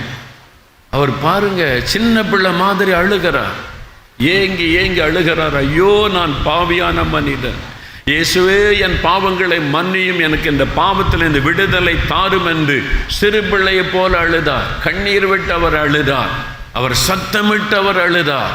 குடும்பத்தாரெல்லாம் ஆச்சரியமா பார்க்குறாங்க, இவன் இவ்வளோ பெரிய பயங்கரமான குடிகாரன், யாருக்கும் பயப்படாத ரவுடி மாதிரி அலைந்து கொண்டிருந்தவன் சிறு பிள்ளை மாதிரி அழுகிறானே. இயேசுனுடைய பிரசன்னம் தொட்டது, இயேசுனுடைய வல்லமை தொட்டது, ஒரு மனம் திரும்புதல் உண்டானது. அவ்வளவுதான். அன்றைக்கு போன சாராயம் அதன் பிறகு வரவே இல்லை. சாராய கடைக்கு அவர் போகவில்லை. கிராமமே ஆச்சரியப்பட்டு போனது. இவன் எப்படி மாறினான், இவன் எப்படி மாறினான், எப்படி குடியே விட்டான். இயேசுவால் செய்ய முடியாத அற்புதம் ஒன்றும் இல்லை. அதுதான் இயேசு. மனிதனுடைய வாழ்க்கையை மாற்றுவதற்காக இயேசு வந்தார். பாவ வாழ்க்கையை மாற்றி அவனுக்குள்ளே பரிசுத்தத்தை கொடுப்பதற்காக. அந்த பாவ அடிமைத்தனத்தின் விடுதலை. அதன் பிறகு அவர் மதுபான கடைக்க போனது இல்லை. எங்கள் ஊரை ஆச்சரியப்பட்டது அவருடைய வாழ்க்கையை பார்த்து. இன்றைக்கு உங்களுடைய வாழ்க்கையில் ஒரு அற்புதம் நடக்க போகிறது. ஏதோ ஒரு பாவம் உங்களை அடிமையாக்கி வைத்திருக்கிறது, உங்களால் விட முடியவில்லை என்று எண்ணுகிறீர்கள். இயேசு சொல்லுகிறார், இன்றைக்கு உனக்கு ரட்சிப்பு, பாவத்தில் இந்த விடுதலை நான் உனக்கு தருவேன் என்று வாக்கு கொடுக்கிறார். அது மாத்திரமல்ல, கடைசியாக ஒரு சம்பவத்தை சொல்லி நாம் இன்றைக்கு ஜெபிக்க போகிறோம். எங்கள் குடும்பத்தில் ஒரு அற்புதம் நடைபெற்றது. நாங்கள் கிறிஸ்துவ குடும்பத்தை சார்ந்தவர்கள் அல்ல. என் குடும்பம் ரொம்ப பக்தி உள்ள ஒரு குடும்பம். தினமும் காலையிலும் மாலையும் பக்தியோடு நாங்கள் கடவுள் வணக்கம் செய்வோம். எங்கள் வீட்டிலேயே தனியாக அதற்கு ஒரு அறையே நாங்கள் வைத்திருந்தோம். சின்ன வயதிலிருந்து என்னை அப்படித்தான் பழக்கி இருந்தார்கள். நான் ஸ்கூலில் படிக்கிற காலத்தில் இருந்து அவ்வளவு நான் பக்தியோடு கடவுள் வணக்கம் செய்வேன். தினமும் காலையும் மாலையும் தவறாமல் நான் கடவுள் வணக்கத்தை செய்வேன். எங்கள் குடும்பமே அப்படித்தான் இருந்தது. வியாபாரத்துக்காக என் பெற்றோர் சென்னைக்கு போனார்கள். சென்னையில் பாடி என்கிற இடத்துல என் தகப்பனார் ஒரு வியாபாரியாக அங்கே வியாபாரத்தை ஆரம்பித்தார்கள். அங்கே தான் நான் ஸ்கூலில் படித்து கொண்டிருந்தோம். எனக்கு 3 சகோதரர்கள். எனக்கு அப்பொழுது 14 வயது. அந்த சமயத்தில் இயேசுவை பற்றி எனக்கு சிலர் வந்து சொன்னாங்க. நான் சொன்னேன், இயேசுலாம் கடவுளே கிடையாது, கிறிஸ்தவங்களுக்கு புத்தியே கிடையாது, ஒரு மனிதனை போய் கடவுள்னு சொல்கிறீங்க. அப்படி தான் நான் சொன்னேன். எனக்குள்ள பக்தி வைராக்கியத்தினால இயேசுவை நான் வெறுத்தேன். யாராவது இயேசுவை பற்றி பேசினான்னு கோபம் வரும், நான் அவளை திட்டி அனுப்பி விடுவேன். இயேசுவையே கேவலமாய் பேசினேன் நான். அவ்வளவு எனக்குள்ள மத வைராக்கியம். அதனால இயேசுன்னு பேரை கேட்டாலே எனக்கு பிடிக்காது. அப்படி இருந்தவன் என்னுடைய 14வது வயசில் ஒரு கொடிய வியாதி எனக்கு வந்தது. ஹார்ட் என்லார்ஜ்மெண்ட், இருதயம் வீங்கி விட்டது. இருதயம் வீங்கினதுனால என் வலது கால் செயலற்று போய்விட்டது. நொண்டியாக படுத்த படுக்கையில் ஆனேன். என் வலது கால் அசைக்கக்கூட முடியாத அளவிற்கு வியாதி கொடூரமாகிவிட்டது. சென்னையில் எத்தனையோ ஆஸ்பத்திரிக்கு என் பெற்றோர் என்னை கொண்டு போனார்கள். எவ்வளோ பணத்தை செலவு பண்ணினார்கள், குணமாக்க முடியவில்லை. மருத்துவம் என்னை கைவிட்டார். கடைசியில் பிரபலமான ஒரு டாக்டரிடத்தில் கொண்டு போன போது 4-5 டாக்டர்கள் என்னை பரிசோதித்தார்கள். தலை முதல் கால் வரைக்கும் பரிசோதித்து ஆலோசனை பண்ணினார்கள். என் பெற்றோரை கூப்பிட்டு சொன்னார்கள், உங்களுடைய மகனுடைய இருதயம் முற்றிலும் பாதிக்கப்பட்டு விட்டது. இனிமேல் உங்களுடைய மகனை மருத்துவத்தால் குணமாக்கவே முடியாது. இருதயம் முழுவதும் டேமேஜ் ஆகிவிட்டது. இன்னும் சில வாரங்கள் அல்லது சில நாட்கள் தான் உங்களுடைய மகன் உயிரோடு இருப்பார். வீட்டுக்கு கொண்டு போய் நீங்கள் அன்பாக கவனித்து கொள்ளுங்க. சில மாத்திரை உங்கள் திருப்திக்காக நாங்கள் தருகிறோம், அதை கொடுங்கள் என்று அனுப்பி வைத்து விட்டார்கள். கைவிடப்பட்ட நிலைமை. என்னை கொண்டு வந்து வீட்டிலே வைத்திருந்தார்கள். என் காலை அசைக்க முடியாது, படுக்கையில் எழும்பி உட்கார முடியாது, தாகம் எடுக்கும் தண்ணி குடிக்க முடியாது, பசி எடுக்கும் சாப்பிட முடியாது, இருதயம் வீங்கி இருந்ததுனால மூச்சு விடுவது கஷ்டம். எந்த நேரத்திலும் மரணம் என்னை சந்திக்கலாம். என் குடும்பமே துக்க வீடாய் மாறிவிட்டது. எல்லாருக்குள்ள ஒரு மரண பயம். எங்கள் வீட்டில் ஒரு சிரிப்பு இல்லை, ஒரு சந்தோஷம் இல்லை. என் தாய் தகப்பன், என் உடன் பிறந்த சகோதரர்கள் எல்லாருக்குள்ள ஒரு துக்கம், மரணம் என்னை வீட்டுக்குள் நெருங்கி கொண்டு இருக்கிறார். கைவிடப்பட்ட ஒரு நிலைமை. அப்பொழுதுதான் டாக்டர்ஸ் கைவிட்டுட்டாங்களே என்று சொல்லி கைவிடப்பட்ட சூழ்நிலையில் இனி என்ன செய்வது என்று கலங்கியிருந்த சமயம்தான் இயேசு கிறிஸ்து என்னை தேடி வந்தார். நாங்கள் எந்த கூட்டத்துக்கும் போனதில்லை, எந்த சர்ச்சுக்கும் போனதில்லை, எந்த ஊழியரையும் எங்களுக்கு தெரியாது, எந்த சபையும் எங்களுக்கு தெரியாது. ஆனால் இயேசு என்னை நேசித்து என்னை சந்திக்க ஒரு வாலிபனை அனுப்பினார். அவர் எங்களுடைய குடும்ப நண்பர். வியாபாரத்தில் எங்கள் அப்பாவோடு பழகினதுனால ஒரு வாலிபன் லூகாஸ் டிவிஎஸ் கம்பெனி இருக்கிற பாடியில் அதில் வேலை செய்து கொண்டிருந்தவர். நான் வியாதிப்பட்டிருப்பதை கேள்விப்பட்டு சும்மா விசாரிச்சுட்டு போக வீட்டுக்கு வந்தார். அவங்க பெயர் சாமுவேல். எங்கள் வீட்டில் வந்திருந்த போது என்னுடைய தாயார் அவங்களை கிறிஸ்தவர் என்று அறிந்தவர்கள் அவரை கண்ட உடனே கண்ணீர் விட்டு அழுதார்கள். என் மகனை எல்லாரும் கைவிட்டுட்டாங்க, எந்த நேரத்தில் மரணம் நடக்கலான்னு டாக்டர் சொல்லிட்டாங்க. என் மகனுக்காக நீ ஜெபம் பண்ணுவியா, இயேசு கிறிஸ்துக்கிட்ட ஜெபம் பண்ணுவியான்னு கேட்டார்கள். அந்த சகோதரர் உடனே நான் ஜெபம் பண்ணுறேன். உடனே அவர் இந்த சர்ச்சை கொண்டு வாங்க, அங்கே கொண்டு வாங்க, இங்கே ஒன்றும் சொல்லவில்லை. நான் ஜெபம் பண்ணுகிறேன். என் படுக்கையின் அருகில் முழங்கால் படியிட்டார். அவர் ஒரு ஊழியக்காரரும் அல்ல, அவர் ஒரு பாஸ்டரும் அல்ல, அவர் ஒரு விசுவாசி, ஒரு வேலை கம்பெனியில் வேலை செய்கிறவர். ஆனால் இயேசுவை விசுவாசித்து ஜெபிக்கிற பரிசுத்தாவின் வல்லமை பெற்றிருந்தவர். அவர் முழங்கால் படியிட்டு கரமுயர்த்தி ஜெபிக்க ஆரம்பித்தார். என் தாயார் முழங்கால் படியிட்டார்கள். என் தகப்பனார், என் உடன் பிறந்த 3 சகோதரர்கள் எப்படி ஜெபிக்கணும்லாம் எங்களுக்கு யாருக்கும் தெரியாது.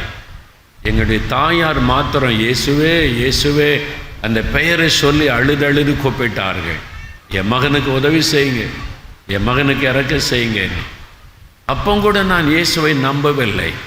நான் கண்ணை திறந்து அவர் ஜெபிப்பதை வேடிக்கை பார்த்து கொண்டிருந்தேன். அந்த நேரத்தில் அவர் ஜெபித்து கொண்டிருக்கும் பொழுது திடீரென்று அந்த அறைக்குள்ளே தேவ பிரசன்னம் இறங்க ஆரம்பித்தது. ஒரு வல்லமை இறங்குவதை நான் உணர்ந்தேன். என் சரீரத்திற்குள் ஒரு வல்லமை, தெய்வீக வல்லமை இறங்குவதை உணர்ந்தேன். எனக்குள் ஒரு தெய்வீக பயம். என் கண்கள் இந்த கண்ணீர் வடி ஆரம்பித்தது. யாரோ இந்த அறைக்குள்ளே வந்திருக்கிறாங்க, என் படுக்க பக்கத்தில் வந்திருக்கிறார்கள் என்பதை உணர முடிந்தது. அவர் சொன்னார், இயேசுவே தொடும், இந்த மகனை தொட்டு குணமாக்கும் அப்படின்னு அவர் ஜெபம் பண்ணும்போது ஒரு கரம் என்னை தொட்டது. என் வலது கையின் தோள் பகுதியில் ஒரு கரம் என்னை தொட்டதை நான் உணர்ந்தேன். மின்சாரத்தை போல ஒரு வல்லமை என் காலில் பாய்ந்தது. அடுத்த நிமிஷம் நொண்டியாக கிடந்த நான் எழும்பி நடக்க ஆரம்பித்தேன். இயேசு தொட்டவுடன் என் சரீரத்தில் ஒரு மாற்றம் உண்டானது. உடனே நான் படுக்கையில் எழுந்து அமர்ந்து விட்டேன். என் காலை பயன்படுத்த முடியாது, நானாக எழும்பி உட்கார முடியாது. அந்த இயேசுடைய வல்லமை தொட்டவுடன் எழும்பி அமர்ந்தேன். ஜெபம் முடிந்தது. எல்லாரும் கண்ணை திறந்து பார்த்தபோது எழும்பி உட்கார்ந்திருந்தேன். நானாக எழும்பினேன், நடக்க ஆரம்பித்தேன். என் வலது காலுக்கும் இடது காலுக்கும் சின்ன வித்தியாசம் கூட இல்லாதபடி இயேசு என்னை குணமாக்கி இருந்தார். ஒரு அற்புதமான சுகம்.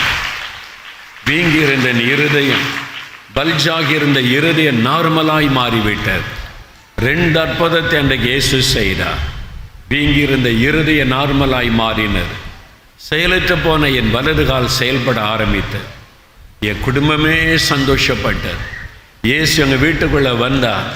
எங்கள் குடும்பத்தின் துக்கம் சந்தோஷமாய் மாறினர். ஒரு பெரிய ஆசீர்வாதத்தை ஆண்டவர் கொண்டு வந்தார். அதே இயேசு இன்னைக்கு உங்களை தேடி வந்திருக்கிறார். அந்த இயேசு தான் உங்களை சந்திக்க வந்திருக்கிறார். இன்றைக்கு உங்களுக்கு ஒரு அற்புதம் செய்ய போகிறார். ஏன் அவர் அற்புதம் செய்கிறார்? பெருமைக்காக அல்ல, என்னிடத்தில் வல்லமை இருக்கிறது பாருங்கள் என்று இயேசு எந்த இடத்திலும் அற்புதம் செய்யவில்லை. அவருடைய மனதுருக்கம், ஜனங்களுக்காக நான் பரிதபிக்கிறேன் என்பதாய் சொன்னார். ஐயோ, இந்த ஜனங்கள் கஷ்டப்படுகிறார்களே, ஐயோ, இந்த ஜனங்கள் வியாதியில வேதனைப்படுகிறார்களே. அந்த மனதுருக்கத்தினால் இயேசு அற்புதம் செய்தார் என்றுதான் மத்தேயு 14ஆம் அதிகாரம் 14ஆம் வசனம், மார்க்கு 1ஆம் அதிகாரம் 40-41 வசனங்களிலே நம்ம பார்க்கிறோம். மனதுருகி அவர் அற்புதம் செய்தார். இன்றைக்கு அவர் அற்புதம் செய்வதற்கு காரணம் என்ன? சிலுவையில் நமக்காக அவர் சிந்தின இரத்தம். நம்முடைய பாவங்களை மன்னிப்பதற்காக, நம்முடைய அக்கிரமங்களை தன்மீது அவர் ஏற்றுக்கொண்டு நாம் தன்னுடைய இரத்தத்தை சிலுவையிலே நமக்காக சிந்தினார். இயேசு கிறிஸ்துவின் இரத்தம் சகல பாவங்களை நீக்க நம்மை சுத்திகரிக்கும். அவருடைய இரத்தத்தின் வல்லமை நமக்குள் இறங்கும் பொழுது பாவத்திலிருந்து ஒரு விடுதலை, மெய்யான சமாதானம் உள்ளத்தில் வரும். அவருடைய தழும்புள்ள கரம் தொடும் பொழுது அற்புதமான சுகம் உண்டாகும். அதற்குத்தான் சிலுவையில் அவர் தன்னையே பலியாய் கொடுத்தார். அதே இயேசு, மரித்தேன் ஆனாலும் சதா காலங்களிலும் உயிரோடு இருக்கிறேன் என்று சொன்னவர். அவர் மரித்தும் உயிரோடு இருக்கிற இயேசு இன்றைக்கு உங்களை சந்திக்க வந்திருக்கிறார். இந்த இடத்தில் உங்களுக்கு ஒரு அற்புதத்தை செய்ய போகிறார். உங்களுக்கு ரட்சிப்பை அருளி செய்ய போகிறார். சுகத்தை அருளி செய்ய போகிறார்.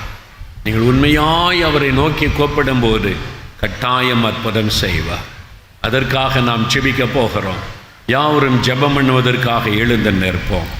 தேவ சமூகத்தில் யாவரும் ஆண்டவர் நமக்கு அற்புதம் செய்யும்படி நாம் ஜெபிக்க போகிறோம்.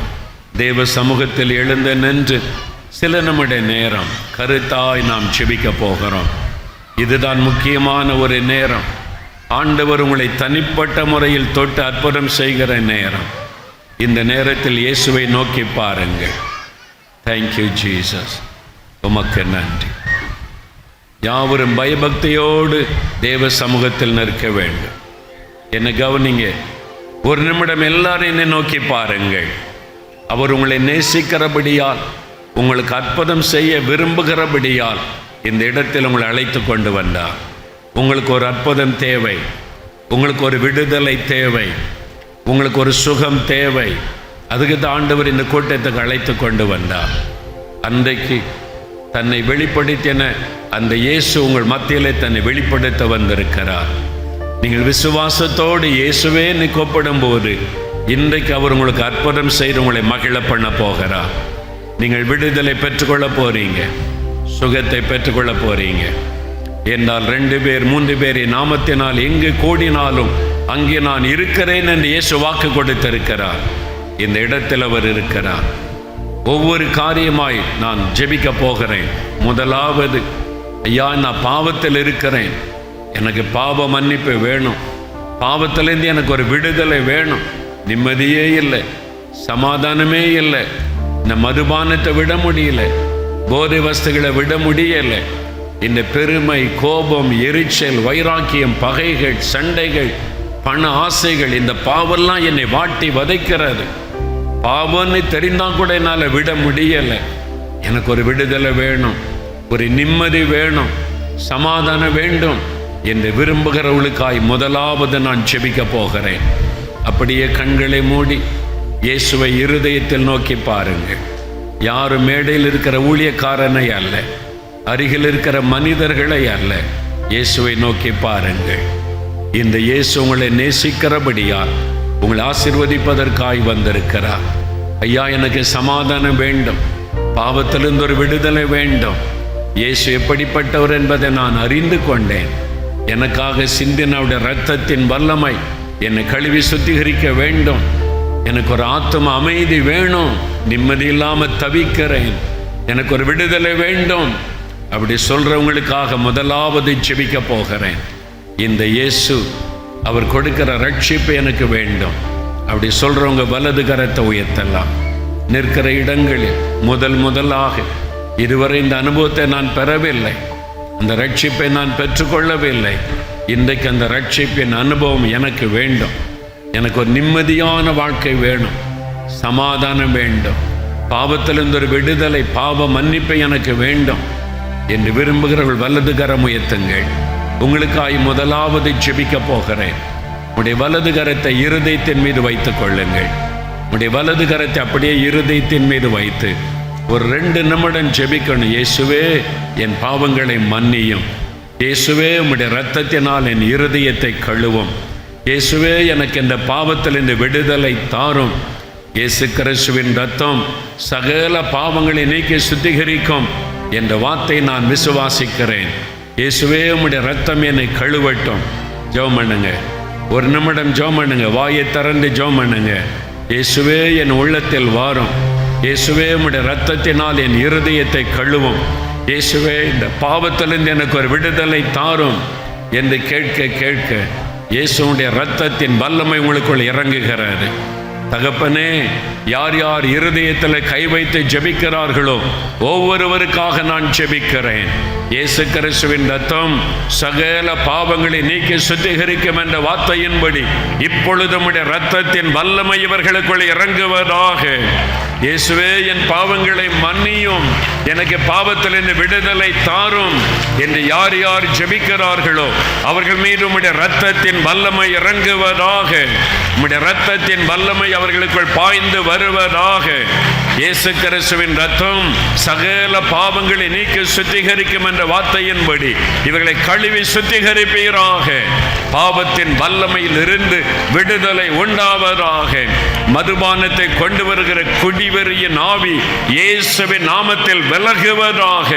விபச்சார வேசித்தனத்தை கொண்டு வருகிற இச்சையின் ஆவிகள் இயேசு கிறிஸ்துவின் நாமத்தில் விலகுவதாக.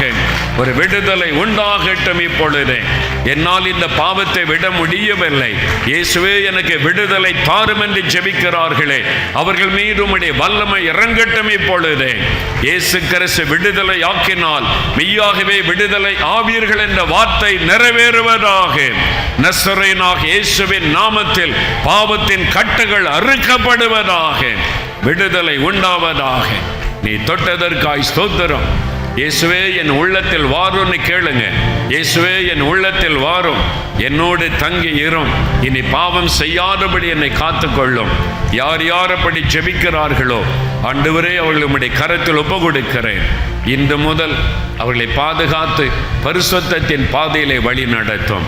இயேசு கிறிஸ்துவின் நாமத்தில் ஜெபிக்கிறோம் பிதாவே, ஆமென். அல்லேலூயா. யார் யார் உங்களை ஒப்பு கொடுத்தீங்களோ இயேசு கிறிஸ்துவின் இரத்தம் சகல பாவங்களை நீக்கி சுத்திகரிக்கும். உங்களுக்கு ஒரு அற்புதம் நடந்திருக்கிறாரு. அவருடைய இரத்தம் உங்களை கழுவினதினால இனி அந்த பாவத்தை செய்யாதபடி கர்த்தர் உங்களை பாதுகாத்து நடத்துவார். ஒரு மெய்யான சமாதானம் உடைய உள்ளத்தில் வந்திருக்கிறது. அல்லேலூயா. ஒரு பல்லவியை பாடின பிறகு சுகத்துக்காக ஜெபிக்க போகிறோம். வியாதியோடு வந்திருக்கிறவர்கள், பலவீனத்தோடு வந்திருக்கிறவர்கள் இயேசு உங்களை தொட்டு குணமாக்க போகிறார். அதுக்கு முன்னால் பாவங்கள், சாபங்கள், கோபங்கள் எல்லாம் பரிகரித்தாரே. எல்லாரும் இந்த பல்லுவை கரந்தட்டி பாடின பிறகு உங்களுடைய சுகம் விடுதலைக்காய் ஜெபிக்க போகிறோம். பாவங்கள், சாபங்கள், கோபங்கள் எல்லாம் பரிகரித்தாரே. பாவங்கள், சாபங்கள், கோபங்கள் எல்லாம் பரிகரித்தாரே. தேவாதி தேவன் என் உள்ளத்தில் வந்து வெற்றியே விட்டாரே. தேவாதி தேவன் என் உள்ளத்தில் வந்து வெற்றியே விட்டாரே. பாவங்கள், சாபங்கள், கோபங்கள் எல்லாம்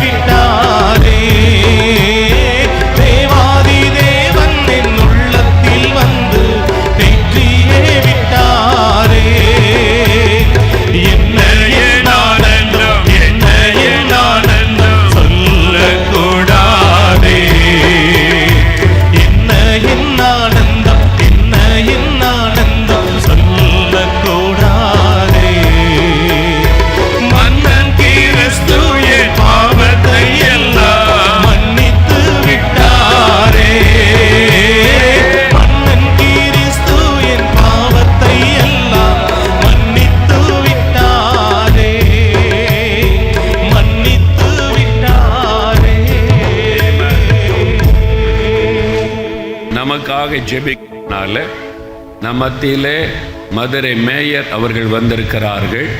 அவர்களுக்காக நாம் எல்லாரும் ஜெபிக்க போகிறோம். எல்லாம் கரந்தட்டி அவளுக்கு ஒரு வாழ்த்து சொல்லுங்க. நாம் அவளுக்காக இப்போ ஜெபிக்க வேண்டும்.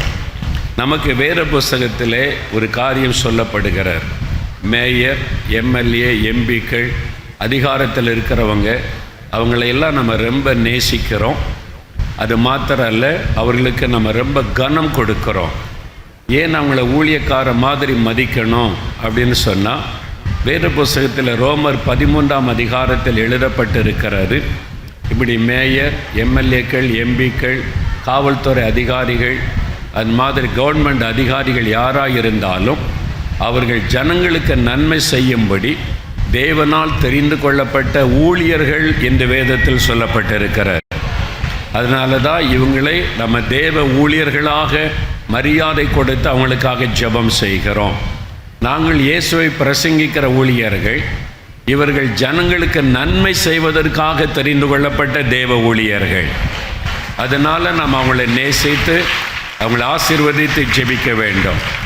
ஆண்டவர்களுக்கு நல்ல சுகபலனை கொடுக்கவும் அவனுடைய குடும்பத்தை ஆசீர்வதிக்கவும் இந்த மாநகருக்கு, இந்த மதுரை மாநகருக்கு அவங்களை மேயராக தெரிந்தெடுத்திருக்கிற நோக்கம் நிறைவேறணும். இன்னும் என்னென்ன நல்ல நல்ல திட்டங்களை இந்த மதுரைக்கு செய்ய வேண்டும் என்று அவங்க நினைத்திருக்கிறார்களோ எல்லாவற்றையும் கர்த்தர் வாய்க்க பண்ண வேண்டும். இவர்கள் மூலமாய் மதுரை பட்டணம் ஆசீர்வதிக்கப்பட வேண்டும். அதனால் எல்லா வலதுகரம் வைத்துங்க அவங்களை ஆசீர்வதித்து நாம் எல்லாரையும் செபிக்கணும். தகப்பனே, எங்கள் மத்தியில் வந்திருக்கிற இந்த பட்டணத்தின் மேயர் அவர்களுக்காக ஸ்தோத்திரம். எங்கள் அன்பு சகோதரியை நாங்கள் இயேசுவுக்குள் சகோதரியாக நேசித்து ஊழியக்காரியாக நாங்கள் விசுவாசித்து அவர்களை ஆசீர்வதித்து நாங்கள் இயேசுவின் நாமத்தில் அவளை ஆசீர்வதித்து ஜெபிக்கிறோம். நீர் அவர்களை இந்த பட்டணத்தை ஆசீர்வதிக்கவும் இந்த பட்டணத்துக்கு மக்களுக்கு நன்மை செய்யவும் அவர்களை அதிகாரியாக ஏற்படுத்தினதற்காக நாங்கள் உம்மை துதிக்கிறோம். தகப்பனே, இவர்களுக்காக கூட சிலுவையில் இரத்தம் சிந்தி மரித்ததை நினைத்து இவர்களுக்கு சமாதானம், சந்தோஷம், நல்ல ஆரோக்கியம், நல்ல சுகம், அவருடைய குடும்பத்தில் மன மகிழ்ச்சியை கொடுத்து ஆசீர்வதிக்க வேண்டும் என்று அவளை ஆசீர்வதித்து நாங்கள் ஜெபிக்கிறோம். அவளுக்கு நல்ல சுகபலனை அருளி செய்யும். குடும்பத்தில் அமைதி, சமாதானம், சந்தோஷம் உண்டாயிருக்கட்டும். தகப்பனே, இந்த பட்டணத்திற்கு என்னென்ன நல்ல காரியங்களை செய்ய திட்டமிட்டு இருக்கிறார்களோ எல்லா காரியங்களையும் வாய்க்க பண்ணுவீராக. இவர்களை ஆசீர்வதித்து பயன்படுத்துவீராக. இவர்களோடு உம்முடைய கரமிருந்து ஆசீர்வதிக்கவும் இன்னும் அவர்கள் செய்கிற ஒவ்வொரு காரியத்தை ஜெயமாக்கி கொடுப்பீராக. தடைப்பட்டிருக்கிற காரியங்களை வாய்க்க பண்ணும். இன்னும் அவர்களை ஆசீர்வதித்து உயர்ந்த பதவிகளை கொடுத்து மேன்மைப்படுத்த வேண்டும் என்று இயேசு கிறிஸ்துவின் நாமத்தில் அவளை ஆசீர்வதித்து ஜெபிக்கிறோம் பிதாவே. ஆமென், ஆமென், ஆமென். God bless you. God bless you. Okay. சொல்லுங்க.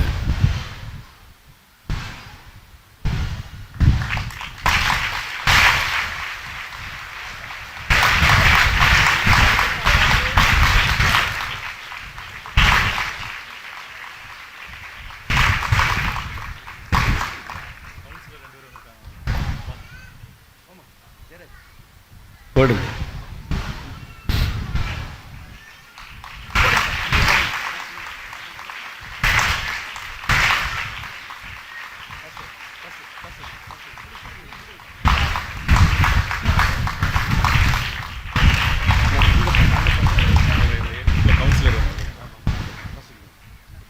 நீங்க போடுங்க.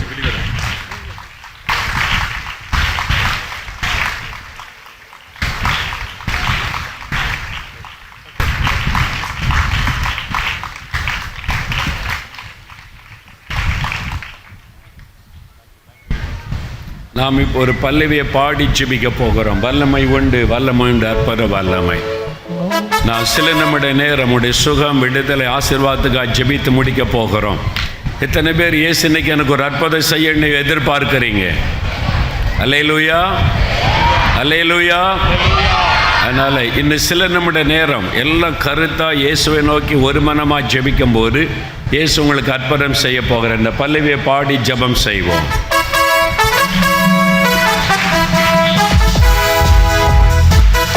Amen, Jesus.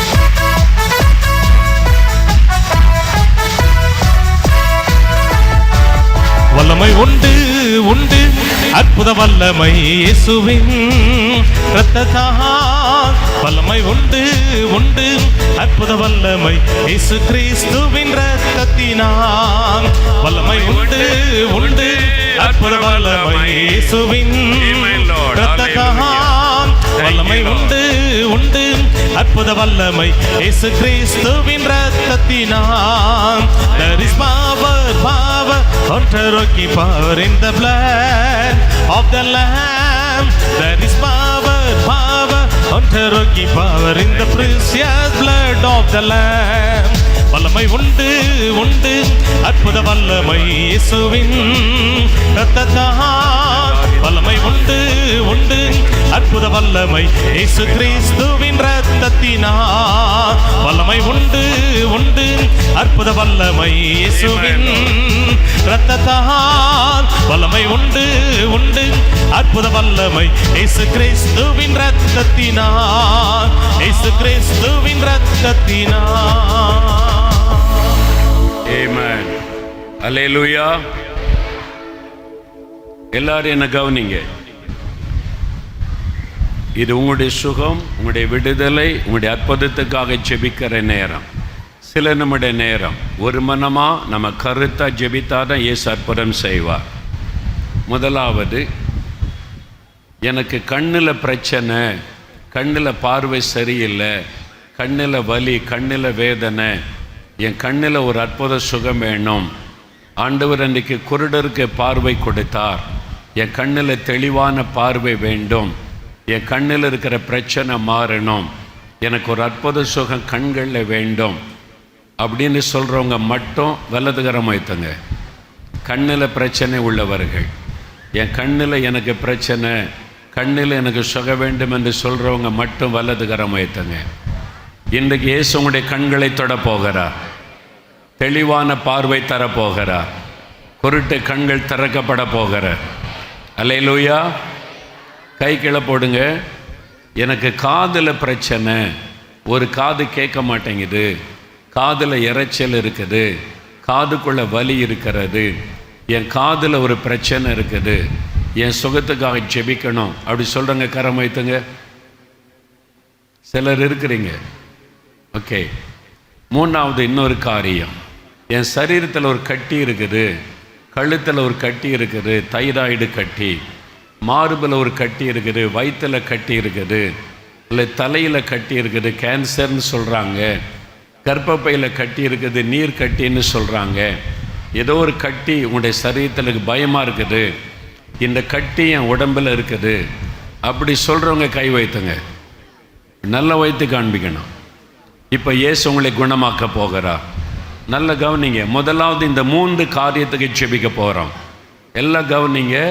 கண்ணில் பிரச்சனை உள்ளவர்கள் கண்ணில் கை வைத்து, இயேசுவே என் கண்களை தொடும், என்னை குணமாக்கன்னு ஜெபிக்கணும். காதில் பிரச்சனை உள்ளவர்கள் காதில் விரல் வைத்து கொண்டு, இயேசுவே என் காதை தொடும், இந்த செவிட்டு ஆவி என்னை விட்டு விலகட்டும் அப்படி ஜெபிக்கணும். எந்தெந்த இடத்துல கட்டிகள் இருக்கிறதோ, கழுத்தில், மார்பில், வயிற்றில், எந்த இடத்துல கட்டிகள் இருந்தாலும் அந்த இடத்துல கை வைத்து கொள்ளணும். ஒருவேளை அப்படிப்பட்ட வியாதி உள்ளவங்களை நீங்கள் அழைச்சிட்டு வந்திருந்தா அவங்க மேலே கை வைக்கணும். நல்ல கவனிங்க. 2 நிமிடம் இயேசுவின் நாமத்தில் ஜெபிக்க போகிறோம். உங்கள் கண்களில் மாற்றம் வரப்போகிறார். உங்களுடைய காதுகளில் சுகம் உண்டாகும். கட்டிகள் மறைந்து போகும். விசுவாசிக்கிறீங்களா? எத்தனை பேர் விசுவாசிக்கிறீங்க? அல்லேலூயா. அப்படின்னா அந்த இடத்துல கை வைங்க. கண்களில் சுக வேண்டுனா கண்ணில் கை வைங்க. காதில் சுக வேண்டுனா காதில் விரல் வைங்க. கட்டிகள் இருந்தால் அந்த இடத்துல கை வைங்க. வயிற்றில், மார்பில், தலையில், கழுத்தில் எங்கே கட்டிகள் இருந்தாலும் சின்சியராக கருத்தை எல்லாம் கண்களை மூடி ஜெபிக்கணும். இயேசுவே என்னை தொடும். இயேசு அந்த பெயரை சொல்லணும். இயேசுவே என்னை தொடும், இயேசுவே என்னை குணமாக்கும், இயேசுவின் நாமத்தில் என் கண்கள் திறக்கப்படுவதாக, இயேசுவின் நாமத்தில் என் கண்களிலே சுகம் உண்டாவதாக, இயேசுவின் நாமத்தில் என் காதுகள் சுகமடைவதாக. இயேசுவின் நாமத்தில் இந்த கட்டிகள் மறைவதாக. இயேசுவின் நாமத்தில், இயேசுவின் நாமத்தில் சொல்லுங்க, சொல்லுங்க, இயேசுவின் நாமத்தை சொல்லுங்க. இயேசுவின் நாமத்தில், இயேசுவே என்னை தொடும், இயேசுவே என்னை குணமாக்கும், இயேசுவே என் கண்களில் உம்முடைய வல்லமை இறங்கட்டும், என் காதுகளில் உம்முடைய வல்லமை இறங்கட்டும். இப்பொழுது இந்த கட்டிகள் மறைந்து போவதாக. இயேசுவின் நாமத்தில் இந்த கட்டிகள் மறைந்து போவதாக. ஜெபம் பண்ணுங்க, ஜெபம் பண்ணுங்க. இன்னும் ஒரு நிமிடம் ஜெபம் பண்ணுங்க. இயேசுன்ற பெயரை சொல்லுங்க. இயேசுவின் நாமத்தில், இயேசுவின் நாமத்தில், நசரேயனாகிய இயேசுவின் வல்லமையுள்ள நாமத்தில் இப்பொழுது சரீரத்தில் இருக்கிற கட்டிகள் மறைந்து போவதாக. இயேசுவின் நாமத்தில் இந்த கட்டிகள் கரைந்து மறைந்து இல்லாமல் போவதாக. நசரேயனாகிய இயேசுவின் நாமத்தில் கேன்சர் கட்டிகள் மறைந்து போவதாக. நசரேயனாகிய இயேசுவின் நாமத்தினாலே மார்பில் இருக்கிற கட்டிகள் மறைந்து போவதாக. இயேசுவின் நாமத்தில் கழுத்தில் இருக்கிற தைராய்டு கட்டிகள் மறைந்து போகட்டும். இயேசுவின் நாமத்தில் தலையிலே காணப்படுகிற கட்டிகள், வயிற்றிலே காணப்படுகிற கட்டிகள் இயேசுவின் நாமத்தில் மறைந்து போவதாக. இயேசுவின் நாமத்தில் சுகம் உண்டாவதாக. குருட்டு கண்கள் இயேசுவின் நாமத்தில் திறக்கப்படுவதாக. குருட்டு கண்கள் இயேசு கிறிஸ்துவின் நாமத்தில் திறக்கப்படுவதாக. கண்களிலே காணப்படுகிற வலிகள் மறைவதாக. கண்களிலே தெளிவான பார்வை வரட்டும். இயேசுவின் நாமத்தில், இயேசுவின் நாமத்தில், இயேசுவின் நாமத்தில் குருட்டு கண்கள் திறக்கப்படுவதாக. இயேசுவின் நாமத்தில் கண்களிலே தெளிவான பார்வை உண்டாவதாக. கிட்ட பார்வை, தூர பார்வை சுகம் உண்டாவதாக. பாதிக்கப்பட்ட கண்கள் இயேசு கிறிஸ்துவின் நாமத்தில் சுகம் அடைவதாக. இயேசுவே உம்முடைய சுகமளிக்கிற வல்லமை அவருடைய கண்களுக்குள்ள இறங்குவதாக. இயேசு கிறிஸ்துவின் நாமத்தில் சுகம் உண்டாவதாக. செவிட்டு காதுகள் திறக்கப்படுவதாக. இயேசு கிறிஸ்துவின் நாமத்தினாலே செவிட்டு காதுகள் திறக்கப்படுவதாக. காதிலே காணப்படுகிற வலிகள் விலகட்டும் இயேசுவின் நாமத்தினாலே. செவிட்டு காதுகள் திறக்கப்படட்டும் இயேசுவின் நாமத்தினாலே. சுகம் உண்டாவதாக, சுகம் உண்டாவதாக. ஆண்டவரே உம்முடைய கரம் தொட்டதற்காய் ஸ்தோத்திரம், ஸ்தோத்திரம். அப்படியே வலது கரம் உயர்த்துங்க, வலது கரம் உயர்த்துங்க. இயேசுவே ஸ்தோத்திரம் சொல்லுங்க. இயேசுவே என்னை தொட்டதற்காய் ஸ்தோத்திரம். இயேசுவே கண்களை தொட்டதற்காய் ஸ்தோத்திரம். கண்களிலே சுகம் கொடுத்து விட்டதற்காய் ஸ்தோத்திரம். கட்டிகளை எடுத்து போட்டதற்காக ஸ்தோத்திரம். காதை திறந்து விட்டதற்காய் ஸ்தோத்திரம். நல்ல வாய் திறந்து துதிங்க. இயேசுவே ஸ்தோத்திரம் சொல்லுங்க. இயேசுவே உமக்கு ஸ்தோத்திரம். இயேசுவே உமக்கு நன்றி. நீ கொடுத்த சுகத்திற்காக, விடுதலைக்காக உமக்கு ஸ்தோத்திரம், ஸ்தோத்திரம், ஸ்தோத்திரம். இயேசு கிறிஸ்துவின் நாமத்தில் ஜெபிக்கிறோம். ஆமென். அல்லேலூயா. இப்போ மற்ற சுகம் ஆசீர்வாதத்துக்கு ஜெபம் பண்ண போக முன்னால உங்களை சோதித்து பாருங்க. கண்ணுக்காக ஜெபிச்சவங்க இப்போ கண்ணை திறந்து சோதித்து பாருங்க. தெளிவான பார்வை ஆண்டவர் தந்திருக்கிறார். கிட்ட பார்வை, தூர பார்வை, தெளிவு. ஒரு கண்ணு தெரியாமல் பாதிக்கப்பட்டு வந்தவங்க அந்த கண்ணில் தெளிவான பார்வையை கர்த்தர் தந்திருக்கிறார். இப்போ கண்ணை திறந்து சோதிச்சு பாருங்க. உங்களுடைய கண்ணிலே ஒரு மாற்றம், புது கண்களாய் ஆண்டவர் மாற்றி இருக்கிறார். காதை சோதித்து பாருங்க. இப்போ தெளிவாய் காது கேட்கும்படி ஆண்டவர் உங்களுடைய காதை திறந்திருக்கிறார். சரீரத்துள்ள கட்டிகளை தேவன் மறைய பண்ணி இருக்கிறார். கழுத்தில் இருந்த கட்டி, மார்பில் இருந்த கட்டி, உங்களுடைய சரீரத்தில் இருந்த கட்டிகளை தேவன் மறைய பண்ணி இருக்கிறார். கை வச்சு பாருங்க, சோதித்து பாருங்க. எந்த இடத்துல கட்டி இருந்தது, எந்த இடத்துக்காக ஜெபிச்சிங்க, ஆண்டவர் தொட்டு இருக்கிறார். கரமசைத்து ஆண்டவருக்கு நன்றி சொல்லுங்க. அல்லேலூயா. இயேசுவே நன்றின்னு சொல்லுங்க. இயேசுவே நன்றி. ஹல்லேலூயா. கர்த்தருக்கு ஸ்தோத்திரம், ஸ்தோத்திரம். இப்போ எனக்கு கண்ணில் ஒரு சுகம் கிடைச்சிருக்குது, என் காதில் ஒரு மாற்றம் வந்திருக்கிறது. ஜெபிக்கும் போது ஆண்டவருடைய கரம் என்னை தொட்டது, என் சரீரத்தில் கட்டி மறைந்திருக்கிறது, எனக்கு ஒரு சுகத்தை ஆண்டவர் தந்திருக்கிறார், என்னால் அதை உணர முடிகிறது. அப்படி சொல்கிறவங்க நிற்கிற இடத்திலே வலது கரம் வைத்து காண்பீங்க, நல்லா உயர்த்தி காண்பீங்க. சுகத்தை உணர்கிறவர்கள், கண்களிலே சுகம், காதிலே சுகம், கட்டி மறைந்திருக்கிறார். நிறைய பேர் சுகமிட்டு இருக்கிறீங்க. இயேசு குணமாக்கி இருக்கிறார். அல்லேலூயா. யாராவது ஒரு 3-4 பேர் சீக்கிரம் மேடைக்கு வாங்க. இயேசுவை மகிமைப்படுத்த, சாட்சி சொல்ல. இயேசு எனக்கு சுகம் தந்திருக்கிறாரு, இப்போ கண்ணில் தெளிவான பார்வை, என் காது நல்லா கேட்குது, கட்டி மறைஞ்சு போச்சு, சுகமற்றவங்க சீக்கிரம் ஒரு 4 பேர் மேடைக்கு வாங்க, வேகமாக வாங்க. Thank you Lord. இன்னொரு 3 பேர் வாங்க, இப்படி வரலாம், இப்படி இந்த பக்கமாக வரலாம்.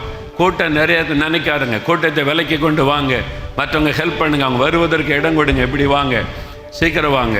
சுகம் பெற்றவங்க இருக்கிறீங்க, கண்களில் எனக்கு சுகம், இயேசுவை மகிமைப்படுத்தணும், வாங்க மேடைக்கு வாங்க சீக்கிரமா. ஒரு 3-4 பேர் வாங்க. கட்டி மறைஞ்சிருக்கிற உங்களுடைய உடம்புல இந்த கட்டி ஆண்டவர் எடுத்து போட்டு விட்டார். கட்டி மறைஞ்சிருக்கு, சோதித்து பாருங்க சகோதரி, உங்களுடைய வயிற்றில் இருந்த கட்டி இப்போ இல்லை, கை வச்சு பாருங்க இல்லை. சுகமற்றவங்க மேடைக்கு வாங்க, சீக்கிரம் வாங்க.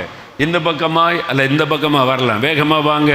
இதற்கு பிறகு நான் மற்ற சுகம் ஆசீர்வாதத்துக்காக ஜெபிக்க போகிறோம். இடது கண் பார்வை தெளிவில்லாமல் இருந்திருக்குது, ஆப்ரேஷன் பண்ணியும் சுகமாகல, ஆண்டவர் சுகமாக்கி இருக்கிறார். உங்க பேர் என்ன? என் பேர் மகேஸ்வரி. மகேஸ்வரி. எந்த கண்ணுல பிரச்சனை? லெஃப்ட். இடது கண்ணுல ஆப்ரேஷன் பண்ணி சரியா தெரியல. ஆமா. வரும்போது அப்படிதான் வந்தீங்க. ஆமா. இப்போ கொஞ்சம் நல்லா தெரியுது. நல்லா தெரியுது. நல்லா இந்த கண்ணை மூடுங்க. தெரியுதா? இது எத்தனை?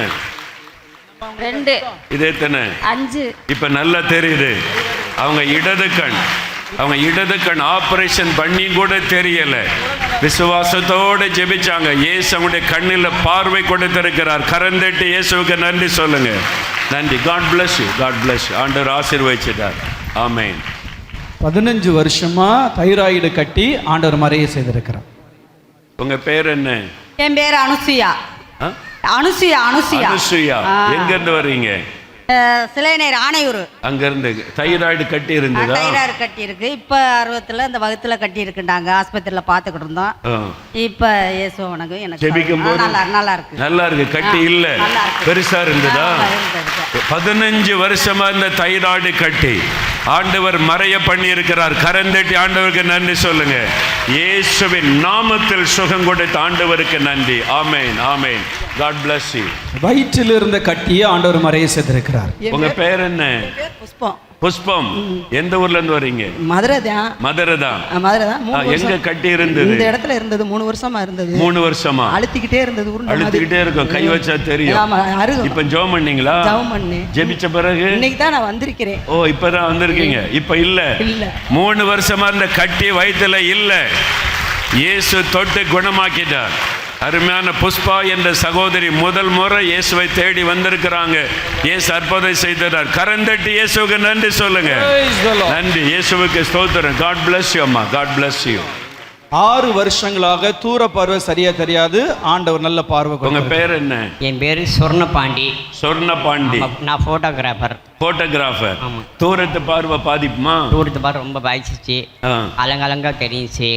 இப்ப நீங்க சொன்ன ஜீவம் பண்ணாலும் கரெக்டா சுகமாயிடுச்சு. இப்ப தூரத்துல நல்லா தெரியுது, கிளீனா தெரியுது, கிளீனா தெரியுதா. கண்ணுல பொறுப்பு பார்வை ஆண்டவர் தந்துட்டார்.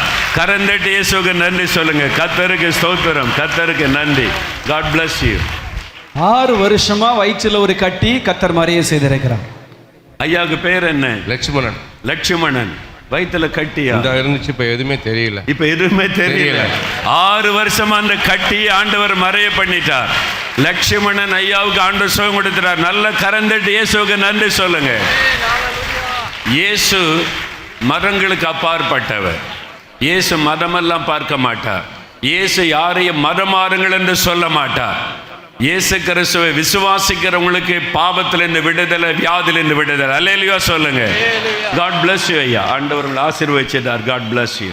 ஆமென், ஆமென். 3 வருஷமா வலது கண்ணுல தெளிவான பார்வை இல்ல, ஆண்டவர் நல்ல பார்வை கொடுத்தார். 3 வருஷமா அந்த கண்ணில் திரை போட்டாப்புல இருட்டா மறைச்சு இருக்கும், உருவம் தெரியாது. இந்த இடது கண்ணில் நல்லா தெரியும். ஆனா இப்ப சமீப காலமா எனக்கு இந்த கண்ணில் நானே ஜெபம் பண்ணிட்டே இருப்பேன். ஆனா இன்னைக்கு உங்க இடத்துக்கு வர்றதுக்கு ஆண்டவர் வல்லமை கொடுத்து கடந்து வர வச்சது. ஜெபிச்ச பிறகு என்ன நடந்துச்சு? இன்னைக்கு எனக்கு கண்ணில் ஒரு ஒளி கிடைச்சது, கர்த்தருடைய வெளிச்சம். ஆமா, அந்த கண்ணு இன்னைக்கு பிரைட்டா தெரியுது. எந்த கண்ணு? வலது கண். அப்ப இந்த கண்ணை மூடுங்க. கதற அப்படி வைங்க. கண்ணு தரங்க. தெளிவா தெரியுதா?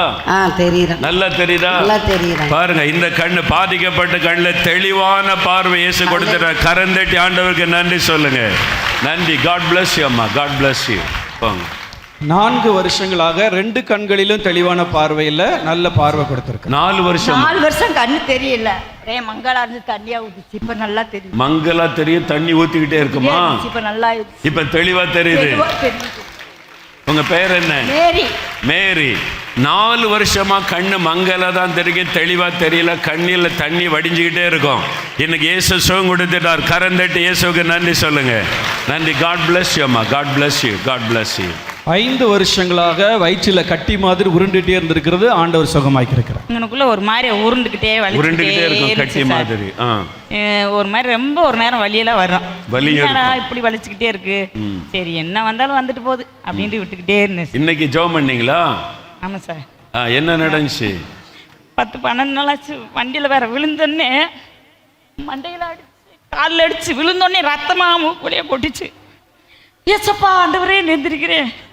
அந்த இடத்துல ஒரு 50 பொம்பளை கிட்ட இருந்து ஒரு பொம்பளை இருந்து தண்ணியை மேலே ஊற்றி ஆண்டவர் பாதுகாத்திருக்கிறாரு. இப்போ கட்டிக்காக ஜெபிச்ச பிறகு இல்ல அது சொல்லவுமே அப்படி வகுத்துல வச்சு இன்னும் நடக்கவே இல்லை சார். என் ஃப்ரெண்டு நீ கண்டிப்பா வாக்கா, இன்னைக்கு வந்தே ஆகணுங்கக்கா. நேற்று ரொம்ப நடக்க முடியாமல் இருந்தேன். அந்த பிள்ளை போன்லேயே தோமண்ண பிள்ளை கரிமேட்டிலேருந்து வர சித்ராண்டு அப்படியே நல்லா ஆயிடுச்சு. நல்லா ஆயிட்டு. எல்லாம் கரந்தட்டி ஆண்டவருக்கு நன்றி சொல்லுங்க. நன்றி ஆண்டவரே. மகளை ஆசீர்வதியும் இயேசுவின் நாமத்தில். ஆமென். ஆமென். 3 வருஷமா இடது கண்ணில தண்ணி வடிஞ்சிட்டே இருக்கும். ஊரல் ஆண்டவர் சுகமாக்கிட்டார். 3 வருஷமா தண்ணி வடிஞ்சுக்கிட்டே இருக்கும். கடுன்னு கடுக்கும். இந்த ஷோல்டர்ல வேற வலிச்சிச்சு. இப்போ போயிட்டு கண்ணு நல்லா ஆயிட்டு. கல்லாம் கரந்தட்டி ஆண்டவருக்கு நன்றி சொல்லுங்க. எவ்வளவு அற்புதமா ஆண்டவர் சுகம் கொடுத்திருக்கிறார். உங்க பேர் என்னம்மா? லட்சுமி. இயேசு உங்களை ரொம்ப நேசிக்கிறார். God bless you. God bless you. பாருங்க ஆண்டவர் எவ்வளவு அற்புதமானவர். லட்சுமிக்கு ஈஸ்வரிக்கெல்லாம் அற்புதம் செய்கிறார். அவர் லட்சுமணனுக்கு அற்புதம் செய்கிறார். இயேசு வித்தியாசம் பார்க்கிற தேவன் அல்ல. நீங்க விசுவாசத்தோட இயேசுவேன்னு கூப்பிட்டு அற்புதம் நடக்கும். இத்தனை சாட்சிகளை பார்த்தீங்கல்ல, அந்த இயேசு இங்கே தான் இருக்கிறார். இனிமே இப்போ நாம ஜெபிக்க போறோம். எனக்கு ஒரு சுகம் வேணும். வாத வியாதி இருக்குது, பக்கவாத வியாதி, ஆஸ்துமா இருக்குது, ஆர்த்தரைட்டிஸ் இருக்குது, அல்சர் இருக்குது, அல்ல எனக்கு இந்த மாதிரி சரீரத்தில் வலி வேதனை நோயெல்லாம் இருக்குது, எனக்கு சுகம் வேணும். அப்படி விரும்புகிறவங்க கரம் வைத்துங்க. விரும்பினாதான் ஏசு அற்புதம் செய்வார். அதனால விரும்புகிறவங்க வல்லது கரம் வைத்துங்க. வியாதி உள்ள இடத்துல கை வைங்க, அல்லது நெஞ்சு பகுதியில் கை வைத்து கொள்ளுங்க. வியாதி உள்ள இடத்துல கை வைங்க. அப்படி இல்லைன்னா இருதயத்தில் கை வைத்து 2 நிமிடம் ஜெபிக்க போகிறோம். எல்லாம் கண்களை மூடி. மோகலாசஸை பார்க்கக்கூடாது. இந்த மோகலாசஸ் உங்களுக்கு அற்புதம் செய்யலை. நான் உங்களை தொடவும் இல்லை, அவங்களுக்காக தனியாக ஜெபிக்கவும் இல்லை. அவங்க இயேசுவை கூப்பிட்டாங்க. இயேசு தான் அற்புதம் செய்கிறவர். அவர் உங்கள் மத்தியில் உலாவி கொண்டு இருக்கிறார். நீங்கள் நெஞ்சு பகுதியில் கை வைத்து இயேசுவே என்னையும் தொடும், எனக்கும் சுகம் தாரும், விடுதலை தாரும்னு இப்போ ஜெபிக்கணும். ஆண்டவருடைய வல்லமை தொடப்போக. கண்களை மூடுங்க. இயேசுவை மாத்திரம் நோக்கி பார்க்கணும். இயேசுவே என்னை தொடும், இயேசுவே என்னை குணமாக்கும். ஜெபிங்க ஜெபிங்க ஜெபிங்க. வாய் திறந்து ஜெபம் பண்ணுங்க. இயேசுவோட பேசுங்க. இயேசுவே என்னை தொடும், இயேசுவே எனக்கு சுகம் தாரும், இந்த ஆஸ்துமா வியாதி விலகட்டும், ஆர்த்தரைட்டிஸ் வியாதி விலகட்டும், இயேசுவே என் கர்ப்பப்பையை தொடும், ஆண்டவரே எனக்கு சுகம் தாரி, குழந்தைகளை தொடும், என் பிள்ளையை தொட்டு சுகம் கொடுங்க, என் கணவரை தொடுங்க, மனைவியை தொடுங்க, இப்போ சுகம் கொடுங்க. ஜோமண்ணுங்க ஜோமண்ணுங்க. தகப்பனே இந்த பிள்ளைகள் ஜெபிக்கிறாங்கப்பா, உங்களை தேடித்தானே வந்தாங்க ஆண்டவரே. இயேசு எனக்கு ஒரு அற்புதம் செய்வான்னு உம்மை தேடி வந்தாங்களே, இப்பொழுது ஒவ்வொருவரையும் தொடுவீராக. இயேசுவே ஒவ்வொருவரையும் இப்பொழுது நீ தொடுவீராக. எந்த வியாதியாக இருந்தாலும் நசரேயனாகிய இயேசு கிறிஸ்துவின் நாமத்தில் அந்த பொல்லாத வியாதிகள் விலகி போவதாக. ஆண்டவரே ஆஸ்துமா வியாதிகள் விலகட்டும் இயேசுவின் நாமத்தினாலே. பொல்லாத ஆஸ்துமா வியாதியை கொண்டு வரக்கூடிய ஆவிகளை இயேசுவின் நாமத்தில் கடிந்து கொள்ளுகிறேன். ஆஸ்துமா வியாதிகள் விலகட்டும் இயேசுவின் நாமத்தில். பொல்லாத வாத வியாதிகள் இயேசுவின் நாமத்தில் மறைந்து போவதாக. முடக்குவாத நோய், ஜாயிண்டுகளிலே காணப்படுகிற வலிகள் இயேசு கிறிஸ்துவின் நாமத்தில் இப்பொழுது மறைந்து போவதாக. மொழி மொழியாய் வலிக்கிறது, விரல்களிலே முழங்கால்களிலே முழங்கையிலே காணப்படுகிற வலிகளெல்லாம் விலகட்டும் இயேசுவின் நாமத்தில். சுகம் உண்டாவதாக. ஆண்டவரே, அல்சர் வியாதி விலகட்டும் இயேசுவின் நாமத்தில். தலை முதல் கால் வரை சுகமளிக்கிற வல்லமை இறங்குவதாக. பாதிக்கப்பட்ட இருதயம் இயேசுவின் நாமத்தில் சுகமடைவதாக. பாதிக்கப்பட்ட லங்ஸ் இயேசுவின் நாமத்தில் சுகமடைவதாக. பாதிக்கப்பட்ட லிவர் இயேசுவின் நாமத்தில் சுகமடைவதாக. பாதிக்கப்பட்ட சிறுநீரகத்தை தொடுவீராக. இயேசுவின் நாமத்தில் சுகம் உண்டாவதாக. எலும்பில் காணப்படுகிற வலிகள் எல்லாம் மறையட்டும். கழுத்திலே காணப்படுகிற வலிகள் எல்லாம் மறையட்டும். இயேசு கிறிஸ்துவின் நாமத்தில் ஒவ்வொருவருக்கும் அற்புதங்கள் நடப்பதாக. வியாதிப்பட்ட குழந்தைகளை தொடும் ஆண்டவரே, சின்ன குழந்தைகளை தொடுங்க ஆண்டவரே. ஒவ்வொரு குழந்தைகளும் சுகம் அடைவார்களாக. இயேசுவின் நாமத்தில் சுகம் உண்டாகட்டும். சகல நோய்களும் இயேசுவின் நாமத்தில் விலகட்டும். வலிகள் வேதனைகள் எல்லாம் மறையட்டும் இயேசுவின் நாமத்தில். நீ சுகம் கொடுத்து விட்டதற்காக ஸ்தோத்திரம் தகப்பனே. அப்படியே ஸ்தோத்திரம் பண்ணுங்க, ஸ்தோத்திரம் பண்ணுங்க. இயேசுவே, என்னை தொட்டதற்காய் ஸ்தோத்திரம், எனக்கு சுகம் தந்து விட்டதற்காய் ஸ்தோத்திரம். சொல்லுங்க சொல்லுங்க, வாய் திறந்து சொல்லுங்க, விசுவாசத்தை அறிக்கை இடுங்க. இயேசுவின் நாமத்தில் சுகம் உண்டாகி கொண்டிருக்கிறது. அப்படியே சொல்லுங்க, ஆண்டவரே கற்பத்தின் ஆசீர்வாதம் தாங்க. குழந்தை இல்லாதவர்கள் கேளுங்க, இயேசுவே குழந்தை செல்வத்தை கொடுத்து ஆசீர்வதிங்கப்பா. இந்த கற்பத்தின் ஆசீர்வாதத்தை தடை பண்ணுகிற ஆவிகள் விலகட்டும் இயேசுவின் நாமத்தில். ஆண்டவரே, குழந்தை இல்லாதவர்களுக்கு குழந்தை செல்வத்தை அருளி செய்யும். வேலை இல்லாத பிள்ளைகளுக்கு வேலைக்கு வழிகளை திறந்து ஆசீர்வதியும். கடன் பிரச்சனையில் இருக்கிற பிள்ளைகளுக்கு கடன் பிரச்சனைகளை மாற்றி அவளை ஆசீர்வதித்து மகிழ பண்ணும். ஆண்டவரை தடைப்பட்ட காரியங்களை வாய்க்க பண்ணும். ஒவ்வொருவருக்கு விடுதலை சுகம் உண்டாகட்டும். உம்முடைய அன்பின் கரம் தொடுகிறதற்காக, விடுதலை உண்டாகி கொண்டிருக்கிறதற்காக நன்றி. உமக்கு நன்றி, உமக்கு நன்றி ஆண்டவரே. எல்லாரும் வலதுகரம் உயர்த்தி இயேசுவே ஸ்தோத்திரம் சொல்லுங்க, சொல்லுங்க வாய் திறந்து. என்னை தொட்டதற்காய் ஸ்தோத்திரம், என்னை குணமாக்கினதற்காய் ஸ்தோத்திரம். அநேகருடைய சரீரத்தில் நோய்கள் மறைகிறது, நோய்கள் விலகுகிறது, வாத வியாதிகள் விலகுகிறது, ஆர்த்தரைட்டிஸ் மறைந்து கொண்டிருக்கிறது, ஆஸ்துமா வியாதி இயேசுவின் நாமத்தில் விலகுகிறது. இந்த நாளில் நம்முடைய சரீரத்தில் சுகம் உண்டாகிறது. பாதிக்கப்பட்ட இருதயம் புது இருதயமாய் மாறுகிறது. பாதிக்கப்பட்ட சிறுநீரகம் புது சிறுநீரகமாய் மாறுகிறது. இயேசுவின் நாமத்தில் சுகம், இயேசுவின் நாமத்தில் விடுதலை. எல்லா தடைகளை கர்த்தர் மாற்றிக் கொண்டிருக்கிறார். இனி காரியங்கள் வாய்க்கும். குழந்தை செல்வத்தை காண்பீர்கள். வேலைக்கு வழி திறக்கப்படும். நீங்கள் ஆசீர்வதிக்கப்படுவீர்கள். இயேசுவின் நாமத்தில் உங்களுக்கு ஆசீர்வாதம். இயேசுவின் நாமத்தில், இயேசுவின் நாமத்தில். Thank you Lord. ஆவியானவர் சொல்லுகிறார், இங்க இருக்கிற சிலர் அசுத்த ஆவியினால் பாதிக்கப்பட்டு, மந்திர பில்லிசூனிய வல்லமையினால் பாதிக்கப்பட்டு, பயம், பயத்தின் ஆவி இரவில் உங்களை தூங்க விடுவது இல்லை. இரவு வந்தாலே ஒரு பயம், மரண பயம், மனக்குழப்பம். அதனால பாதிக்கப்பட்டு சிலர் வந்திருக்கிறீங்க. மந்திர பில்லிசூனிய வல்லமையினால சில குடும்பங்கள் பாதிக்கப்பட்டு வந்திருக்கிறீங்க. ஆண்டவர் சொல்லுகிறார், இப்பொழுது என் பிள்ளைகளுக்கு நான் விடுதலை கொடுக்க போகிறேன் என்பதாய். பொல்லாத ஆவிகள், பிசாசின் கிரியைகள் அழிக்கப்பட போகிறது.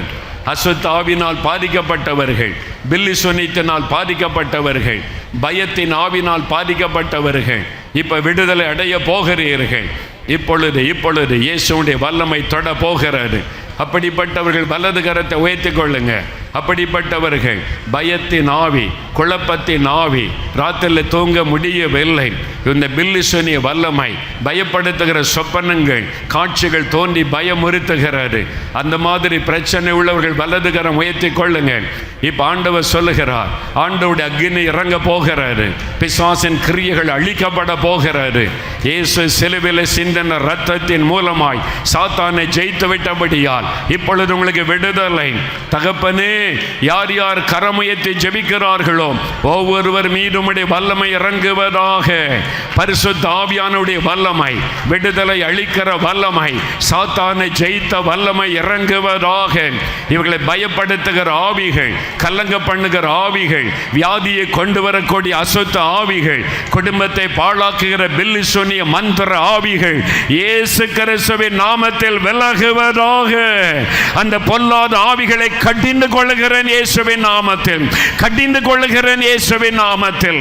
இவர்களை விட்டு அந்த ஆவிகள் விலகட்டும் இயேசுவின் நாமத்தில். பயத்தின் ஆவிகள் விலகுவதாக, குழப்பத்தை கொண்டு வருகிற ஆவிகள் விலகுவதாக, தற்கொலை தூண்டுகிற பொல்லாத ஆவிகள் விலகுவதாக, குடும்பங்களை பாழாக்குகிற பில்லி சொன்னிய வல்லமைகள், மந்திர வல்லமைகள் எரியட்டும் இயேசுவின் நாமத்தினாலே. அந்த அசுத்தாவின் கிரியைகள் அழிக்கப்பட்டு போகட்டும். ஒவ்வொருவருக்கும் விடுதலை உண்டாவதாக, உண்டாவதாக, உண்டாவதாக. இயேசுவே ஸ்தோத்திரம்னு சொல்லுங்க. இயேசுவின் ரத்தம் ஜெயம்னு சொல்லுங்க. நீங்க சொல்ல சொல்ல ஆவியானுடைய வல்லமை விடுதலை கொடுத்து கொண்டிருக்கிறது. அசுத்த ஆவிகள் விலகி கொண்டிருக்கிறது. பொல்லாத ஆவிகள் விலகி கொண்டிருக்கிறது. இப்பொழுது இப்பொழுது பொல்லாத ஆவிகள், பயத்தின் ஆவிகள், தற்கொலை தூண்டு ஆவிகள் விலகி கொண்டிருக்கிறது. வல்லமை உண்டு, வல்லமை உண்டு, அற்புத வல்லமை. இப்பொழுது இயேசுவின் ரத்தத்தின் வல்லமையினால் ஒவ்வொருவருக்கும் விடுதலை உண்டாகிறது. வல்லமை உண்டு உண்டு,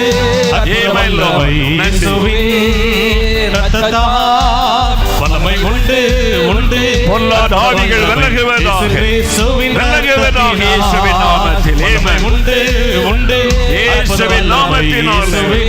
இயேசு லார்ட், இயேசு லார்ட். அக்கினி இறங்குவதாக, வல்லமை இறங்குவதாக இயேசுவின் நாமத்தில். இயேசுவின் நாமத்தில் பொல்லாத ஆவிகள் விலகுவதாக, மந்திர கிரியைகள் எரிவதாக, பில்லி சொன்னிய வல்லமைகள் எரிவதாக, பயத்தின் ஆவிகள் விலகுவதாக. பிள்ளைகளை விட்டவன் கையில் எட்டி போல்லாதவனே, பயத்தை கொண்டு வருகிற ஆவி, குழப்பத்தை கொண்டு வருகிற ஆவி விலகட்டும் இயேசுவின் நாமத்தில். தற்கொலை தோன்றுகிற பொல்லாத ஆவி விலகட்டும் இயேசுவின் நாமத்தில். Thank you Lord, thank you Lord, thank you Jesus. Amen Lord, amen Lord. அற்புத வல்லமை இயேசு கிறிஸ்துவின் இரத்தத்தினால் வல்லமை உண்டு உண்டு, அற்புத வல்லமை இயேசுவின் இரத்தத்தால் வல்லமை உண்டு உண்டு, அற்புத வல்லமை இயேசுவின் கிறிஸ்துவின் இரத்தத்தினால். சிலருக்குள்ளே தற்கொலை தோண்டுகிற ஆவி, நீ தற்கொலை பண்ணி மரித்து விடு, தற்கொலை பண்ணி செத்துரு, தூக்கல தொங்கு, ட்ரெயினில் விழுந்துரு, நீ மரித்து போய்விடு என்று தற்கொலை தோண்டுகிற ஆவி சில வாலிப பிள்ளைகளை கூட, வாலிப தம்பிமாரை கூட அந்த ஆவி தோண்டுகிறார். அது தற்கொலை தோண்டுகிற ஆவி. அதில் கஷ்டப்படுகிற சிலர் இந்த இடத்தில் இருக்கிறீங்க. ஆண்டவர் சொல்லுகிறார், நான் அவளை விடுதலையாக்க விரும்புகிறேன் என்று. எனக்கு அந்த மாதிரி போராட்டம் இருக்குது. ஒரு ஆவி பேசுது, தற்கொலை பண்ணி செத்துவிடு என்று சொல்லுகிறாரு. எனக்கு ஒரு விடுதலை வேண்டும் அப்படி சொல்கிறவங்க வலதுகரம் உயர்த்திக் கொள்ளுங்க, வலதுகரம் உயர்த்துங்க. நிற்கிற இடத்துல வலதுகரம் உயர்த்துங்க. சில வாலிப மகள், வாலிப தம்பியை கூட இந்த ஆவி போராடுகிறாரு. சிலருக்குள்ள அந்த தற்கொலை தோண்டுகிற ஆவி இப்போ அது விலக போகிறாரு. அவங்க மாத்திர வலதுகரம் உயர்த்தி கொள்ளுங்க. ஆண்டவருடைய வல்லமை உங்க மேல அக்னியா இறங்க போகிறாரு. தகப்பனே, நீர் சொன்னபடி உம்முடைய பிள்ளைகளுடைய விடுதலைக்காக ஜெபிக்கிறேன். தற்கொலை தோண்டுகிற பொல்லாத ஆவிகள், இரவு நேரம் பயத்தை கொண்டு வருகிற பொல்லாத ஆவிகள், தற்கொலை செய்து மரித்துவிடு என்று போராடுகிற பொல்லாத தற்கொலையை தோண்டுகிற ஆவிகளுக்கு விரோதமாய் நான் வருகிறேன். உம்முடைய பிள்ளைகளை தற்கொலை பண்ண தோண்டுகிற அந்த பொல்லாத சாத்தானுடைய வல்லமைகளை இயேசு கிறிஸ்துவின் நாமத்தில் நான் கடிந்து கொள்ளுகிறேன். வெளியேறி போ பொல்லாத ஆவி என்று கடிந்து கொள்ளுகிறேன். I rebuke you devil in the mighty name of Jesus. இந்த வாலிப மகளை விட்டு விலகி போ பொல்லாத ஆவியே. இந்த வாலிப மகனை விட்டு விலகி பொல்லாத சத்துருவே. இயேசுவின் நாமத்தில் விடுதலை, இயேசுவின் இரத்தத்தின் வல்லமையினால் விடுதலை. இனி அந்த பிள்ளைகளை தொட உனக்கு அதிகாரம் இல்லை. இயேசுவின் இரத்தத்தின் வல்லமைக்குள்ள அவளை ஒப்பு கொடுக்கிறேன். ஆண்டவர் விடுதலை கொடுத்தபடியால் எல்லா கரந்தட்டி ஆர்ப்பரித்து தொடிங்க, ஆர்ப்பரித்து தொடிங்க. அல்லேலூயா, அல்லேலூயா. ஆண்டவர் இன்னைக்கு நிறைய பேருக்கு சுகம் கொடுத்திருக்கிறார். ஆஸ்துமா வியாதி உள்ள யாரோ ஒருவரை ஆண்டவர் தொட்டு இருக்கிறார். ஆஸ்துமா வியாதி, ஆர்த்ரைட்டிஸ், அதாவது ஜாயிண்ட் பெயின், மொழியா வலிக்கும், ஆண்டவர் விடுதலை கொடுத்திருக்கிறார். வாத வியாதி மாறி இருக்கிறார். நீங்கள் ஜெபிச்சிங்க, இயேசு அற்புதம் செய்துட்டார். அல்லேலூயா. வீட்டுக்கு போன பிறகு கூட நிறைய பேர் மாற்றங்களை காண்பீங்க. நிறைய அசுத்த ஆவி இந்த இடத்தை விட்டு விலகி ஓடினர். பயத்தின் ஆவி, தற்கொலை தூண்டுகிற ஆவி, சிலருக்குள்ள பில்லி சொன்னி ஆவி, அந்த ஆவிகள் உங்களை விட்டு விலகி விட்டது. இன்றிலிருந்து உங்கள் வீட்டுக்குள்ள மாற்றத்தை நீங்கள் பார்க்க போறீங்க. உங்களுடைய மனதில் ஒரு மாற்றம், பிள்ளைகளுடைய வாழ்க்கையில் ஒரு மாற்றம். அல்லேலூயா. எல்லாம் கரந்தட்டி ஆர்ப்பரித்த தொடங்க. அல்லேலூயா. ஆண்டவருக்கு நன்றி, கர்த்தருக்கு ஸ்தோத்திரம். இப்போ நம்ம ஸ்தோத்தரித்து முடிக்க போகிறோம். எல்லாரும் வலது கரம் உயர்த்தி இயேசுவுக்கு நன்றி சொல்லுங்க. ஆண்டவரே, நீர் எவ்வளவு அற்புதமான தேவன், நீர் வல்லமுள்ள தேவன் என்பதை எங்களுக்கு வெளிப்படுத்தி எங்களுக்கு அற்புதம் செய்து மகளை செய்ததற்காய் ஸ்தோத்திரம். எல்லாரும் சொல்லுங்க, இயேசுவே உமக்கு ஸ்தோத்திரம், இயேசுவே உமக்கு நன்றி, என்னை சந்தித்ததற்காய் நன்றி, விடுதலை கொடுத்ததற்காய் நன்றி, சுகம் கொடுத்ததற்காய் ஸ்தோத்திரம், ஆசீர்வதித்ததற்காய் நன்றி. தகப்பனே, இந்த பிள்ளைகளுக்காக சிலுவையில் மரித்து உயிர்த்தெழுந்தவரே, நீர் இந்த ஜனங்களை எவ்வளவாய் நேசிக்கிறீர். அது நிமித்தம் இந்த மக்கள் மத்தியிலே வந்து உம்மை வெளிப்படுத்தி அற்புதங்களை செய்து விட்டதற்காய் ஸ்தோத்திரம்.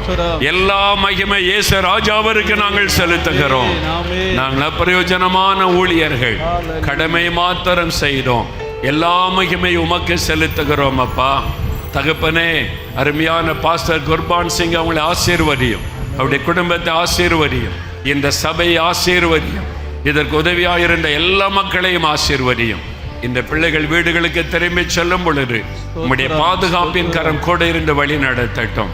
இயேசு கிறிஸ்துவின் நாமத்தில் ஜெபிக்கிறோம் பிதாவே. ஆமென். ஆமென். ஆமென்.